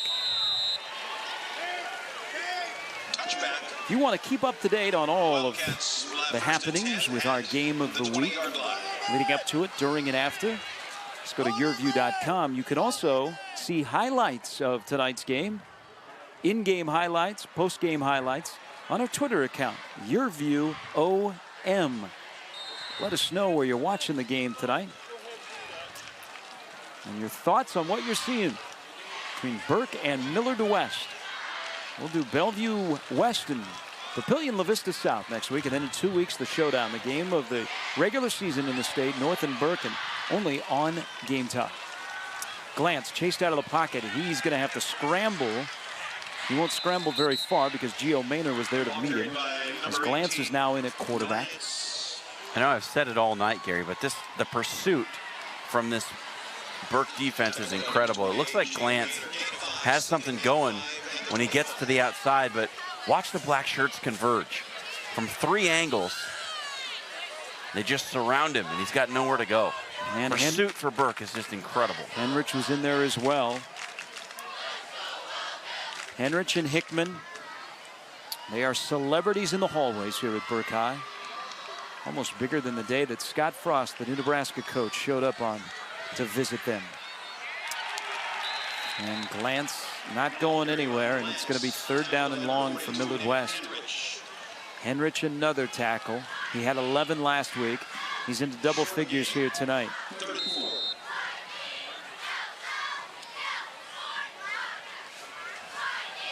They have been part of a program for 4 years now. They went from 4-6 to 8-3 to 9-3 last year, and they walk around with T-shirts that say "Unfinished Business." 144. That was when North scored the go-ahead touchdown last year in the state semifinal to knock off the Bulldogs 29-28. They've never won a state title. They have high hopes this year. Glantz's pass too tall for Beanham, who is 5'11". Glantz was under pressure and he sailed it a bit, and now it'll be 4th down and 5. And Kirk Peterson, he's going to be forced to punt as we near the end of the 3rd quarter. Well, the bad news is Wildcat defense is going to have to come right back out there. The only fortunate bit is they might have the 3rd quarter break to rest up a little bit. So 3 and out. Wilbeck to punt. Burks is back deep. Low snap. Wilbeck picks it off the turf. Burks fell down and he lost the ball. As he fell down, it made contact with him, and Millard West was right there to recover it. That is an unfortunate break for James Burks, but what a break for Millard West. And they'll get the ball at the 35-yard line as we get a look at it. This is a boomer of a punt. He just hammers it. Burks has to retreat, gets his feet caught in the turf, and how about you? Gabe Anderson right there to jump on it. A great look as Burke's been trying to make the catch and could not. Anderson with the recovery. We'll see what Millard West can do. Down 24-7.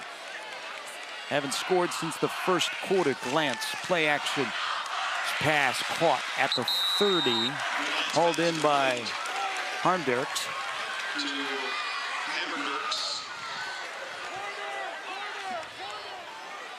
And that will end the 3rd quarter.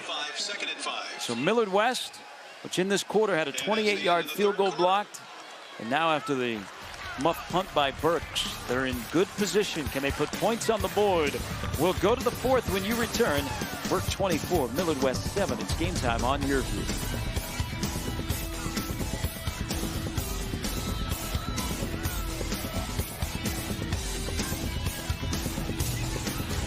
Okay, it's decision time. I want to take classes I need, spend less time working to pay for them. I want flexibility to transfer my credits. I want to get started now.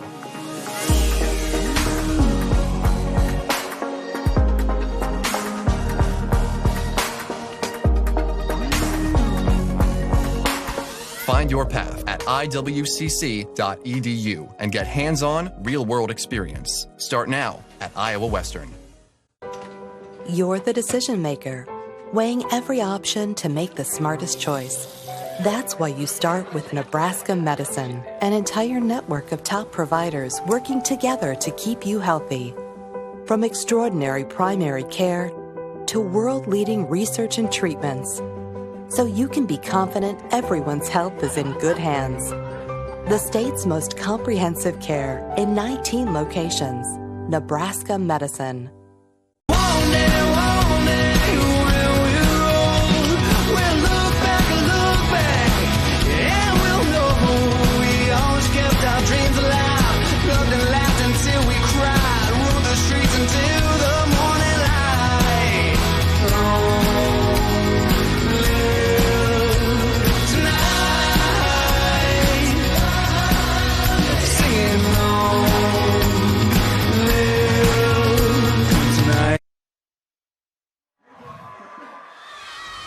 Start of the fourth quarter at Burke High.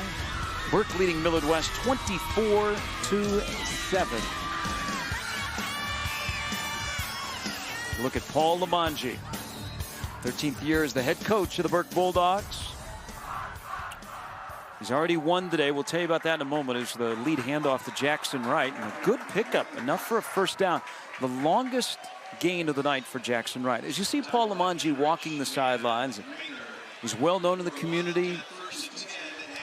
Daughters are really, really good soccer players. But the Youngstown State graduate, he's already won today. He got word yesterday that with one more test to go, he's cancer-free. In the spring, he was diagnosed with tonsil cancer. And after 7 radiation treatments, he got some great news yesterday. He has used it as a teaching moment for his team. And really a heartfelt thing yesterday at practice with a pass into the end zone by Glance is incomplete. This is when his team found out yesterday that their head coach had gotten a good bill of health when they were getting set for practice. That's Coach Lamonji coming down the stairs, and that's his 2018 Burke Bulldogs. They were there to greet their coach. Yeah, just a really special moment. Cancer diagnosis, always a scary thing. You never know how that's going to turn out, but good news for Coach Lamonji and especially his family. And hopefully more good news on the way. And again, Paul has used it as a teaching moment for his team because he preaches toughness and perseverance. And Wright bottled up in the backfield. That's been a familiar theme tonight against this stout front seven of Burke. And it'll be 3rd down and long. Paul 77 and 50. Tough to find anybody in the coaching community that doesn't have a Paul Lamonji story. And we have 2 of the really, really good coaches, and they are great to the media as well. Coach Paul Lamonji, as you see in your picture, and then Kirk Peterson from Millard West. They are in it for the right reason, and that is for the kids that they coach and the young men that they have molded that have gone on to bigger and better things. 3rd down and 9. Burke jumped offside, but were they coaxed? And Jim Pullman, who we have not mentioned for a while, John. Yeah, he was a feature on the broadcast in the first quarter. It was Burke that was offside.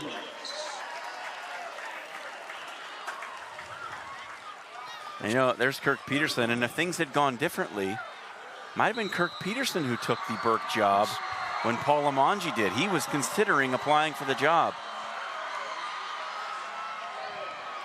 Pass out of the back of the end zone.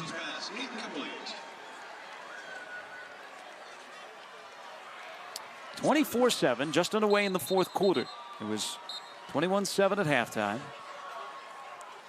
Had a Burke block punt. Millard West had a field goal blocked. And then Burke was held in the shadow of the goal line and were forced to kick a field goal. That's the only scoring of the second half. Millard West really, really needs a touchdown right now to make this thing interesting. Time is going to get short here in a hurry. They need to capitalize on every opportunity from here on in.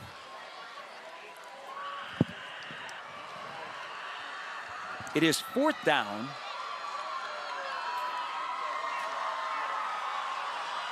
Offensive coaches for Millard West trying to get the right personnel on the field. Seth Turman, whose older brother Matt is the head football coach at Scott, and his dad Tim at Wahoo Newman won his 300th game last night as the offensive coordinator for Millard West. Saw Newman a couple years ago on the broadcast. Glance, pass, incomplete. Wanted Oderman, and the Wildcats will turn it over on downs. It hasn't been the best night for Caden Oderman.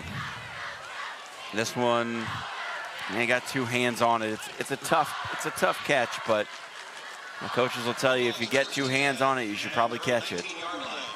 See, Paul Lamanji can dial up a long clock-eating drive, up 24-7 to get the ball back with 10:36 to go.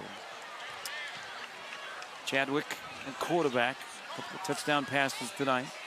Hands it off to Roussel, and Roussel's got room, cuts to the outside, sheds a tackler across midfield, cuts it back, and he's still on his feet. Finally brought down at the 31-yard line. That's a pickup of 50. For Jalen Roussel, who, by the way, is only a junior. Really nice run from that young man. Well blocked up front, but he had a lot of work to do to get downfield. Great block inside right there by Hunter Jones. And then watch Roussel reading blocks, cutting off the back of his teammates, making Wildcats miss. Really nice run to start out this drive for Burke. Good job by Jones. Good point, John. He was downfield from his tackle spot. Roussel back to the line of scrimmage. We've talked all night about the Division I talent on the field for Burke, including Nebraska verbal Nick Henrich, Nebraska target Chris Hickman. He's down to Ole Miss, LSU, Oregon, Wisconsin, Iowa, Nebraska are all in the mix. But Nebraska football has an interesting billboard not very far from Burke High as Roussel sprints his way inside of the 10-yard line for a pickup of 23. It is just an embarrassment of riches on this Burke team. You got your starting running back is James Burks, and then you got this young man, and Jalen Roussel, who has shown some good things. Nearly lost the football on that carry, but able to hold on. So much talent here at 120th and Dodge. Roussel, 73 yards on 2 carries on this drive. He'll add to it 5 here. He's knocked down to 2, but just a few blocks away from Burke High, there is a billboard for the Husker football program that has a picture of a Husker football player with the words homegrown. Coincidence? Nebraska has been very active in being seen here at Burke High. Roussel not going anywhere. Clogged up in the backfield. In on the tackle, Nicholas Putler. Let's see if anybody besides Jalen Roussel gets to touch the ball on this drive. 3rd down and goal from the 4-yard line. Henrich is in the game. Hickman is in the game. Roussel remains in the game. And Xavier Watts at the top of your screen. Look for possibly a fade to the end zone.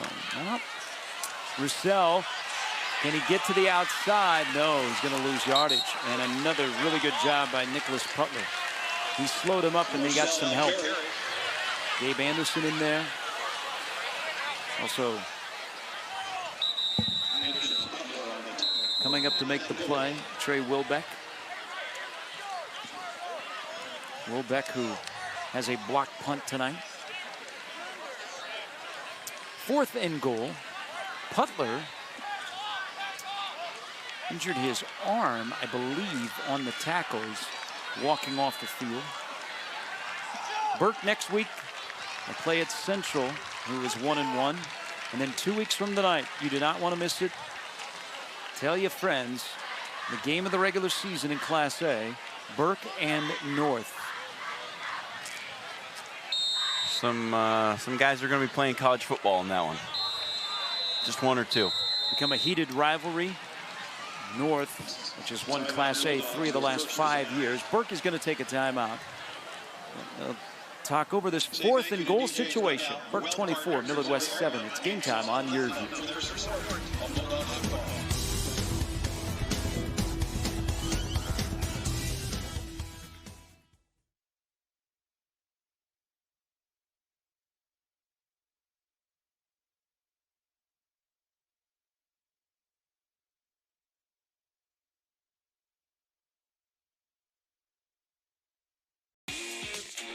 Tonight's Game Time Play of the Game is brought to you by Cox Business Security.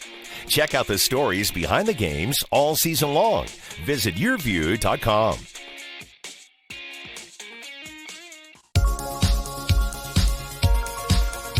This is Rose. Rose was destined to be different, to be a small business owner. She chose Cox Business because we're different too. We got to know Rose. And while she likes to take risks in the kitchen, we made it easy to keep an eye on safety. It's just another way we do business differently. Cox Business Security Solutions. Come on in and discover the new Cox Solutions store. Experience a whole new level of in-home comfort. It's all right here at the Cox Solutions store. Discover, learn, and experience more. 4th down for Burke. They're trying to add to their 3-touchdown lead. Tyler Chadwick with 2 touchdown passes tonight. James Burks with a touchdown run. He's not in the game. Roussel directly behind Chadwick. And now Millard West will take a timeout. Iowa Western has the career choices that fit your busy schedule. Come to campus, study online, or enroll in evening classes now. Visit iwcc.edu. Iowa Western, the world is waiting. We hope you enjoyed our halftime visit with Reaver head football coach Scott Strohmeyer. They are off to a 1-0 start. Won 19-6 last week against Coffeyville. They'll take on Iowa Central at Council Bluffs Lewis Central High School at 2:30 tomorrow. We've talked a lot about the talent on the field, talent that's being recruited. And if you like recruiting, you'll love YurView's high school football recruiting podcast, Over the Middle. Jeremy Crabtree this week sits down with Rivals.com publisher John Tallman, who's the network director.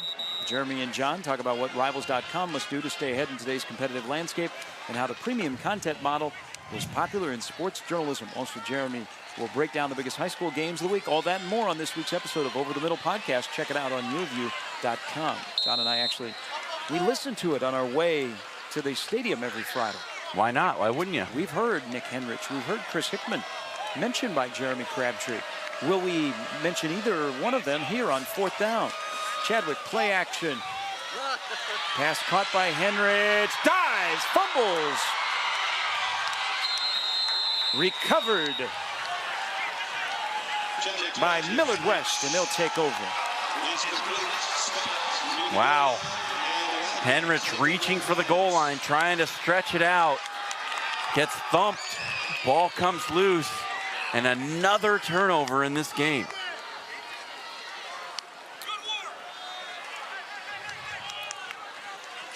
That extra effort, and Braden Cundiff, who has had a fantastic night on defense, punched the ball free. And here we go, 24-7. Millard West needs a big play. They're going to take over at the 2-yard line. Their lone score was on a broken play back in the first quarter. They've had plenty of opportunities, though, to put points on the board. The far end of the field. Gomez with that big arm, pass down the field. Incomplete. The wide receiver slowed up as Kennedy slowed up. The ball was underthrown. He had Watts all over him. And it was incomplete. 2nd down and 10. But I think Xavier Watts is pretty fortunate. He never located the ball. He didn't know where it was. The fact that he was able to keep himself from making contact with the wide receiver is a small miracle. Watts is a junior. Now, tomorrow is a big day for juniors because Coaches then can talk to them through private communication. Watts will take an unofficial visit. Cole Aniello, the lineman for Millard West, will take an unofficial visit to Nebraska tomorrow as the Scott Frost era begins. Henrich looking to blitz. Gomez from his end zone fires it out. It is caught, and it is a pickup for a first down as Oderman broke a tackle and got an extra 5. A little bit more breathing room. Out to the 14-yard line. Clock stops. Millard West down 3 scores. Small taste of redemption for Caden Oderman. This is a nice play. Good composure by Gomez, throwing from his own end zone, and a nice move out there by Oderman. Oderman last week, his lone catch was a 42-yard touchdown reception from Nate Glantz. Gomez to put it up, that big arm, fires it across the middle, incomplete. Wanted his big tight end. And there are flags late. The penalty on Burke. I think that might be the personal foul variety. You might have said that Harm Dirks was defenseless when he went up in the air and got hit.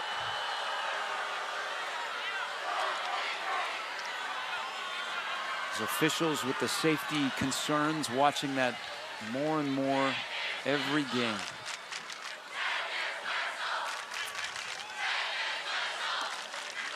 Personal foul So against the Bulldogs. the ball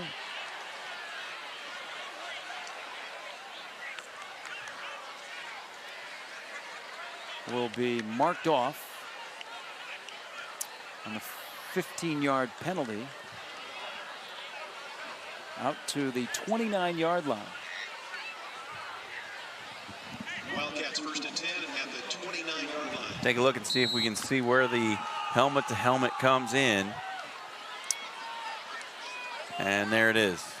As he's coming down, gets a pop from Gio Maynor. Gomez, 3-step drop under pressure, and he stays on his feet. He lost his helmet, and that killed the play. Caleb Robinson, the talented junior defensive tackle, was riding Gomez. This was the county fair. Robinson would have had to pay a fee. He just couldn't bring him down, and Gomez isn't easy to bring down. He's 6'4", but once he lost his helmet, it stopped the play. That was quite a move right there by the defensive tackle, Caleb Robinson. Tried to leap onto Gomez's back and ended up pulling off the helmet. Robinson is someone to watch. He's another one of those juniors that the future continues to be bright for Burke. He's got a solid frame at 6'2", 240. There is some Division I potential there. And Tristan Gomez's face mask is broken. And Nate Glantz quickly into the game. His pass is incomplete. Intended for number 24. There's the helmet. Gomez is frantically trying on helmets down on the sidelines to get back in the game. The 3rd down and 17. 24-7, Burke with the lead. It's Cole Sullivan. Shuttles the play in for Nate Glantz. 6 defensive backs on the field for Burke. That's what the junior quarterback, Nate Glantz, will look at. Extra protection in, steps up, fires it over the head of everyone. Watts chasing after it. It'll land out of bounds. Oderman went inside, and Glantz let it rip on a fly pattern down the boundary. And it'll be 4th down, and Millard West will have to punt it away. So after they force the fumble on 4th down, getting in at their own 2, they're not able to do much with it, and they'll have to punt the ball away with 7:06 to go in the game. Needed to come up with something there, did Millard West, I think. Caught a break, caused the turnover at your own 1, and it's not quite good enough on the offensive end. Wilbeck will get a good roll on a 53-yard punt. Burke will get the football back. The Reavers back in action this season. You can follow Iowa Western's championship sports teams, including football and volleyball, at GoReavers.com. Iowa Western, the world is waiting. There's John Schreiner. I'm Gary Sharp. Learn more about Nick Henrich and what goes into recruiting online at YurView.com. John had a chance to sit down with Nick earlier this week, and what a story. The two highly recruited Burke seniors, Nick Henrich and Chris Hickman. They were on the same basketball team in elementary. They were at separate middle schools. Henrich went to Davis, Hickman went to Buffett. They played a legendary 8th grade game in which Davis won, but Hickman forced a Nick Henrich fumble. They show up at Burke together. They may show up at the same college. Henrich has already said yes to Nebraska. Hickman is one of the top priorities of Nebraska. State wrestling champion James Burke's not going down until he reaches the 45. That's a pickup of 17. Time's starting to get short now, and as we've been talking about for most of the second half, Gary, this Millard West defense has to be getting tired. They've been on the field a ton during this game. They've held up really well, been very impressed with their effort. You wonder when the dam's going to break. Burke keeps it on the ground again, and Wynn speeds for a pickup of 17. Probably should mention, John, he's a junior. The juniors and seniors for Burke, something else. You mentioned right away after you saw Burke practice not only the intensity, but just the amount of talent at skill positions that you don't see elsewhere in this state. No, it's otherworldly, honestly. It's just something like I've never seen. Wynn, not much yardage here, and there's a flag down with the tackle. Ball carried by Wynn.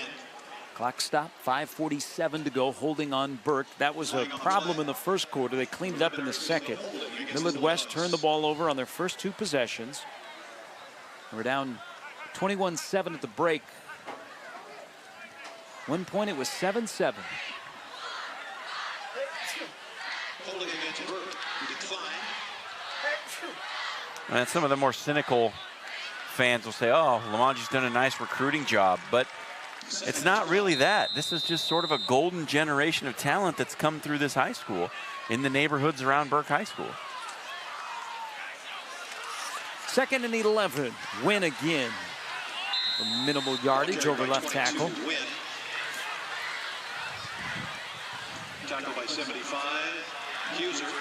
Matt Huser, who did not play last week with the tackle, will be a key part of this defense moving forward.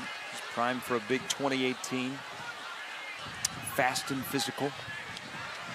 3rd down and 11 for Tyler Chadwick, who's got a couple of touchdown passes. Play action with Wynn. Throws it deep down the field for Kennedy, and he makes the catch.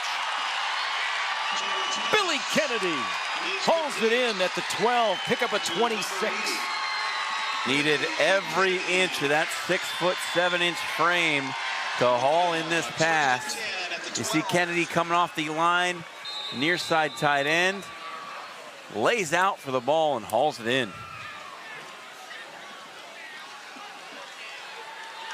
Kennedy, sometimes they say he's the other tight end.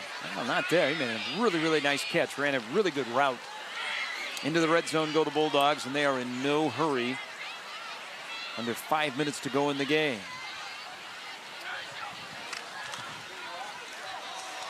Wynn trying to run free. Cuts to the outside. He's into the end zone.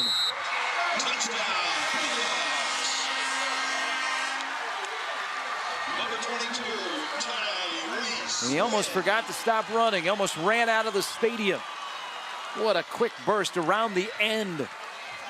Once he saw open green space, he hit an extra gear. And Tyrese Wynn with a 12-yard touchdown run, and it makes it 30-7 Burke. Tyrese Wynn, who is essentially the 4th string running back for Burke, scoring what is probably the knockout blow here for the Bulldogs. Camping with the PAT, and it is 31-7, and that's 24 unanswered points by the state's #1 team in Class A, the largest class in the state of Nebraska. You not only have Wynn, you've got Payne, who was part of a 4x400 state relay team. It's an embarrassment of riches for Paul Lamanji and Burke.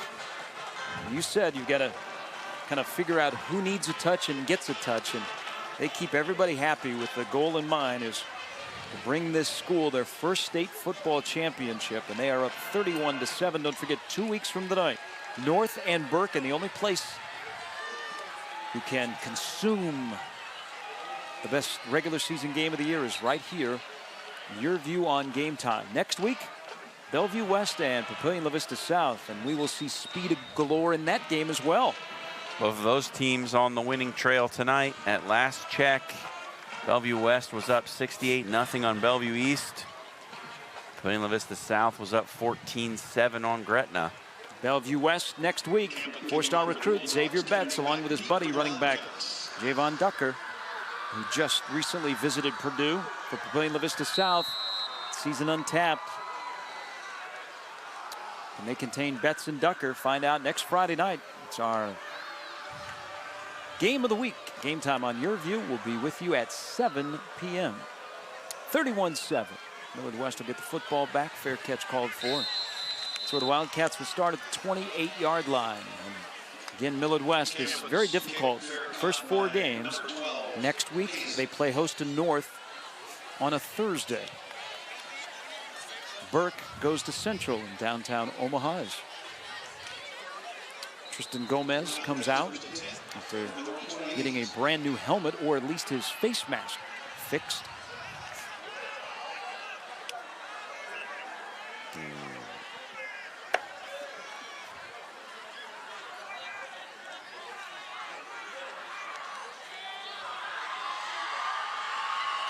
The first carry of the night by Ethan Valencia is a big gainer out near the 40. That's a pickup of 12. Valencia came into the game here or there last week.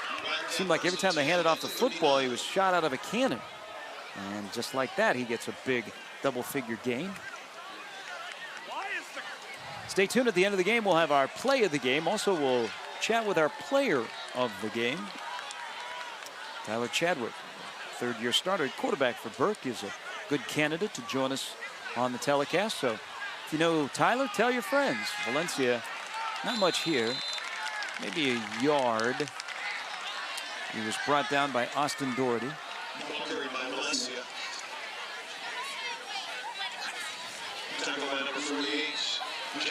This is a non-district game. The districts were changed coming into this season. 32 teams in Class A, 16 make the playoffs. Burke is in a district with Papillion La Vista, Millard North, Gretna, Fremont, and Elkhorn. Millard West in a district with Grand Island, Lincoln East, Lincoln North Star, and Omaha Bryant. Second down and 10. The lead handoff is kept, though, by Gomez, the quarterback, and he rumbles his way into Burke territory, and he's still on his feet. Before finally he is chased down at the 30-yard line. That is a pickup of 30. Good run by the long junior quarterback.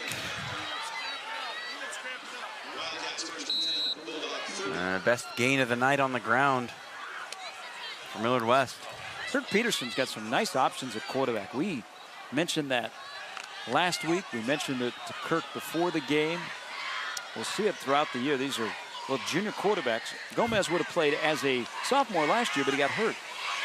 Now he operates on the 30-yard line. And Valencia tackled for little or no gain. Jaden Eckerman, his first stop of the night. We're near the 3-minute mark to go. Stay tuned again at the end of the game. We'll have our play of the game, player of the game, highlights, and the award-winning analysis. John Schreiner. Burke now with the entire second-string defense in there. Oh, don't worry, they're probably all juniors. Gomez throws out in the flat. Nice pitch and catch for Hazen, but he had no time to maneuver. Tackled by number 24, Javier Williams.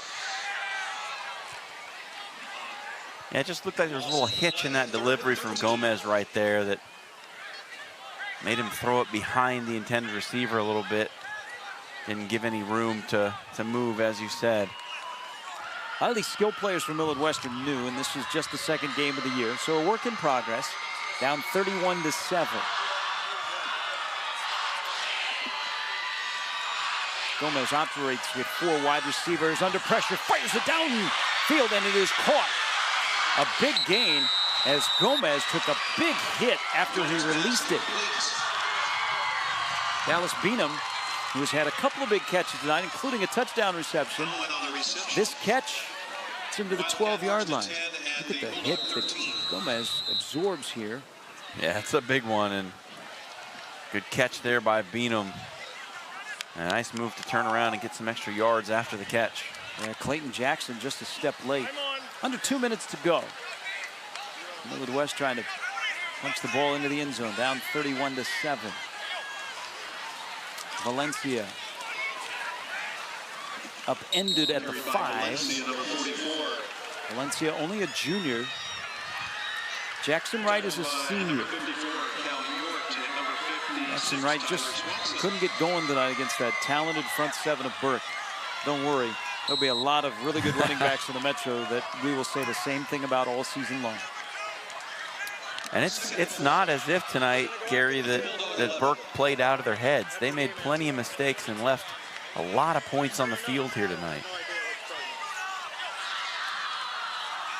Gomez now scrambling, looking downfield on the run. He's going to head towards the end zone, puts his head down, and he goes down at about the 3, and I think he lost the football. And they're going to say he was down.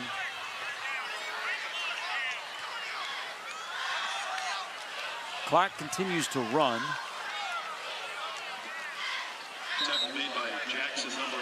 As impressed by Millard West as we were last week, Gary, I mean, what does this say about Burke, who I think we can agree didn't play the cleanest game? They didn't probably have the best game that they're going to have all season, and they're still here up 24 points with under a half minute to go.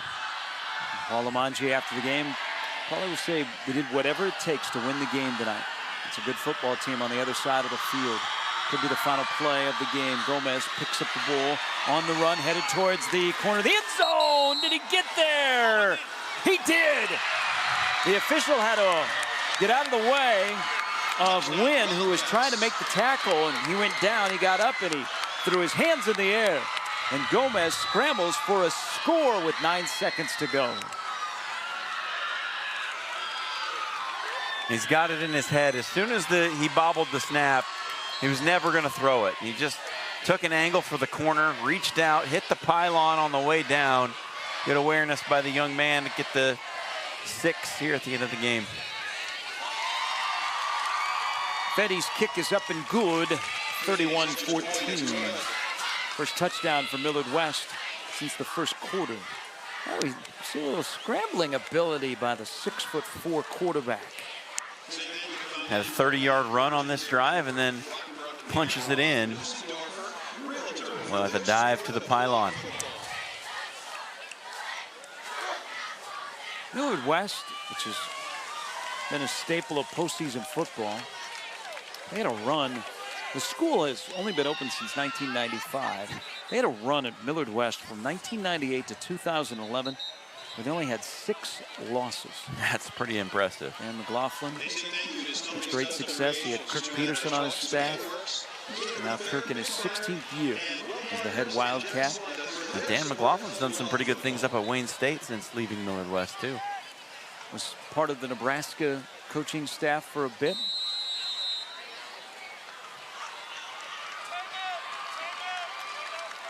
Nine seconds to go. Well, the kickoff and probably a knee. And we'll head to the post game. Don't forget, next Friday, Bellevue West at Papillion La Vista South.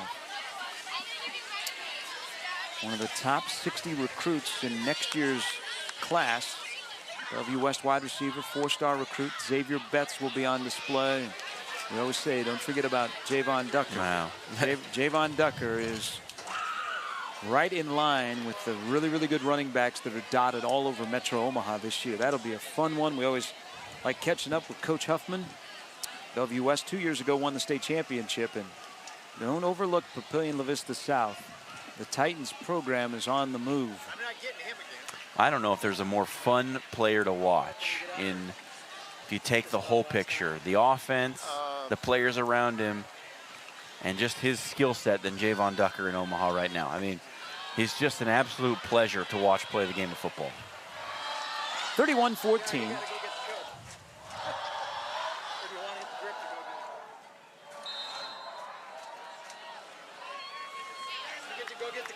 Fetty with a short kick. Up to catch it is Payne, and he may be able to run out the clock. Trying to turn the corner on the far side. He'll step out of bounds, and there is a second remaining. Hometown clock operator Kirk Peterson even looked up towards the press box and said, come on. So we will have one more snap, and Burke will move to 2-0 and remain number 1. Don't forget, 2 weeks from tonight, Burke and North from Kennick Stadium, the home of the North Vikings. For the last time that Burke was there, they fell in the state semifinals 29-28 after leading by 2 touchdowns. Chadwick will take a knee. 2 touchdown passes tonight for him. Kirk Peterson is already out in the middle of the field before the ball was snapped. The knee taken by Chadwick, and that is week number 2. Omaha Burke 31, Millard West 14. Kirk Peterson and Paul Lamanji will shake hands to longtime coaching peers who may see each other in the postseason again. Again, the final from Burke High. Burke 31, Millard West 14. The postgame show is next. This is Game Time on YurView.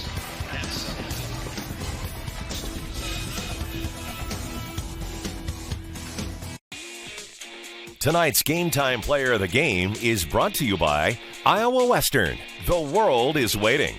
Check out the stories behind the games all season long. Visit yourview.com.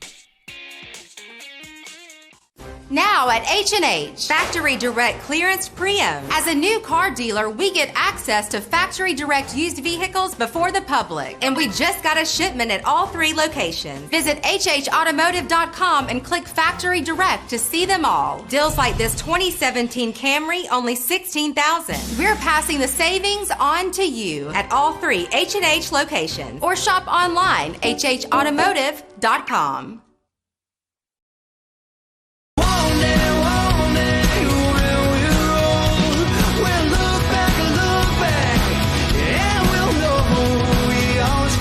Dreams alive, loved and laughed until we cried, rode the streets until the morning light.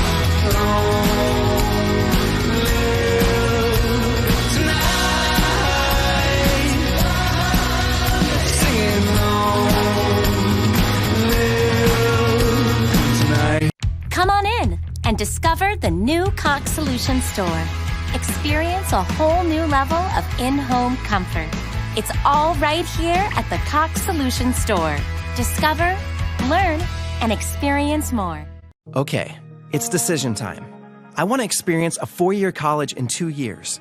I want to live on campus, but get to my career faster. I want to get started now.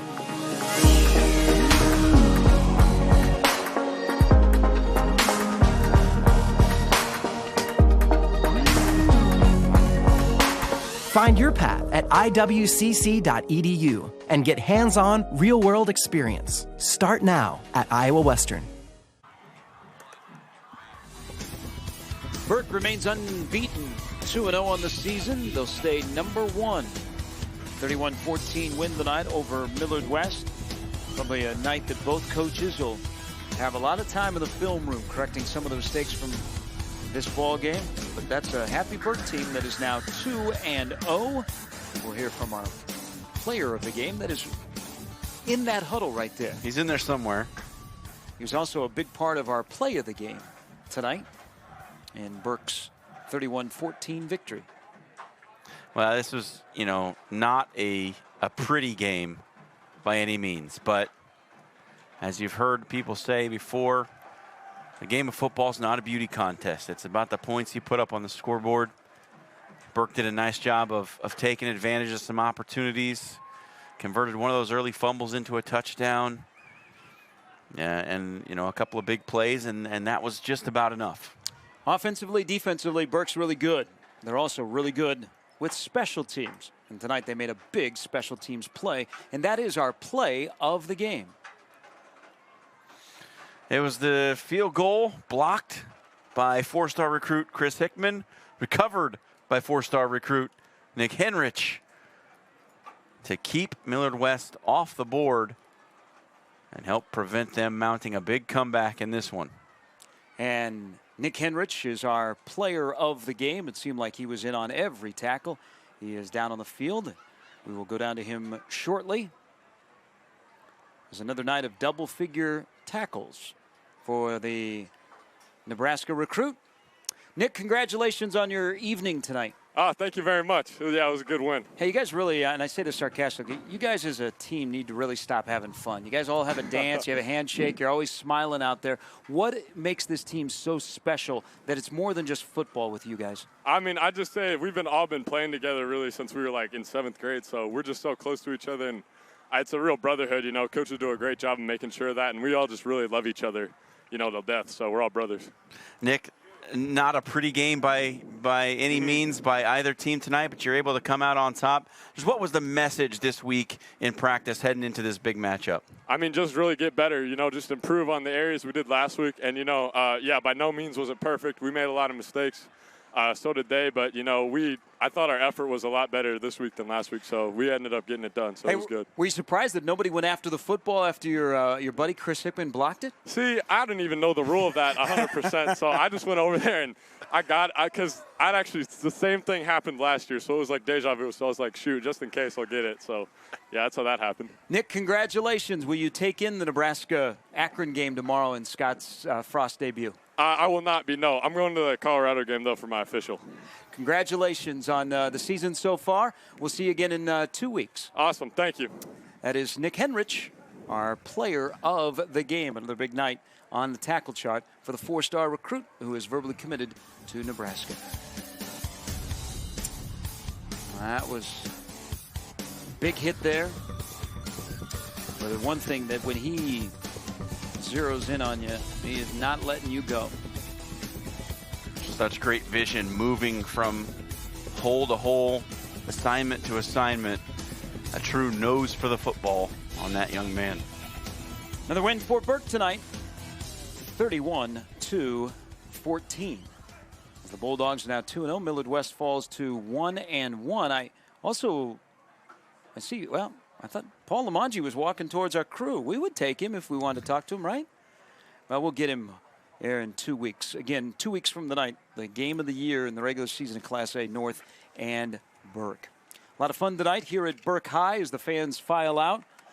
Coming up next Friday, we will be at Papillion La Vista South when the Titans play host to Bellevue West. So for John Schreiner and the entire YurView broadcast team, I'm Gary Sharp saying so long from Burke High, where tonight the #1 ranked Burke Bulldogs down Millard West by a score of 31-14. You can watch this entire game on replay just by logging on to YurView.com. Next week, Bellevue West and Papillion La Vista South in week number 3.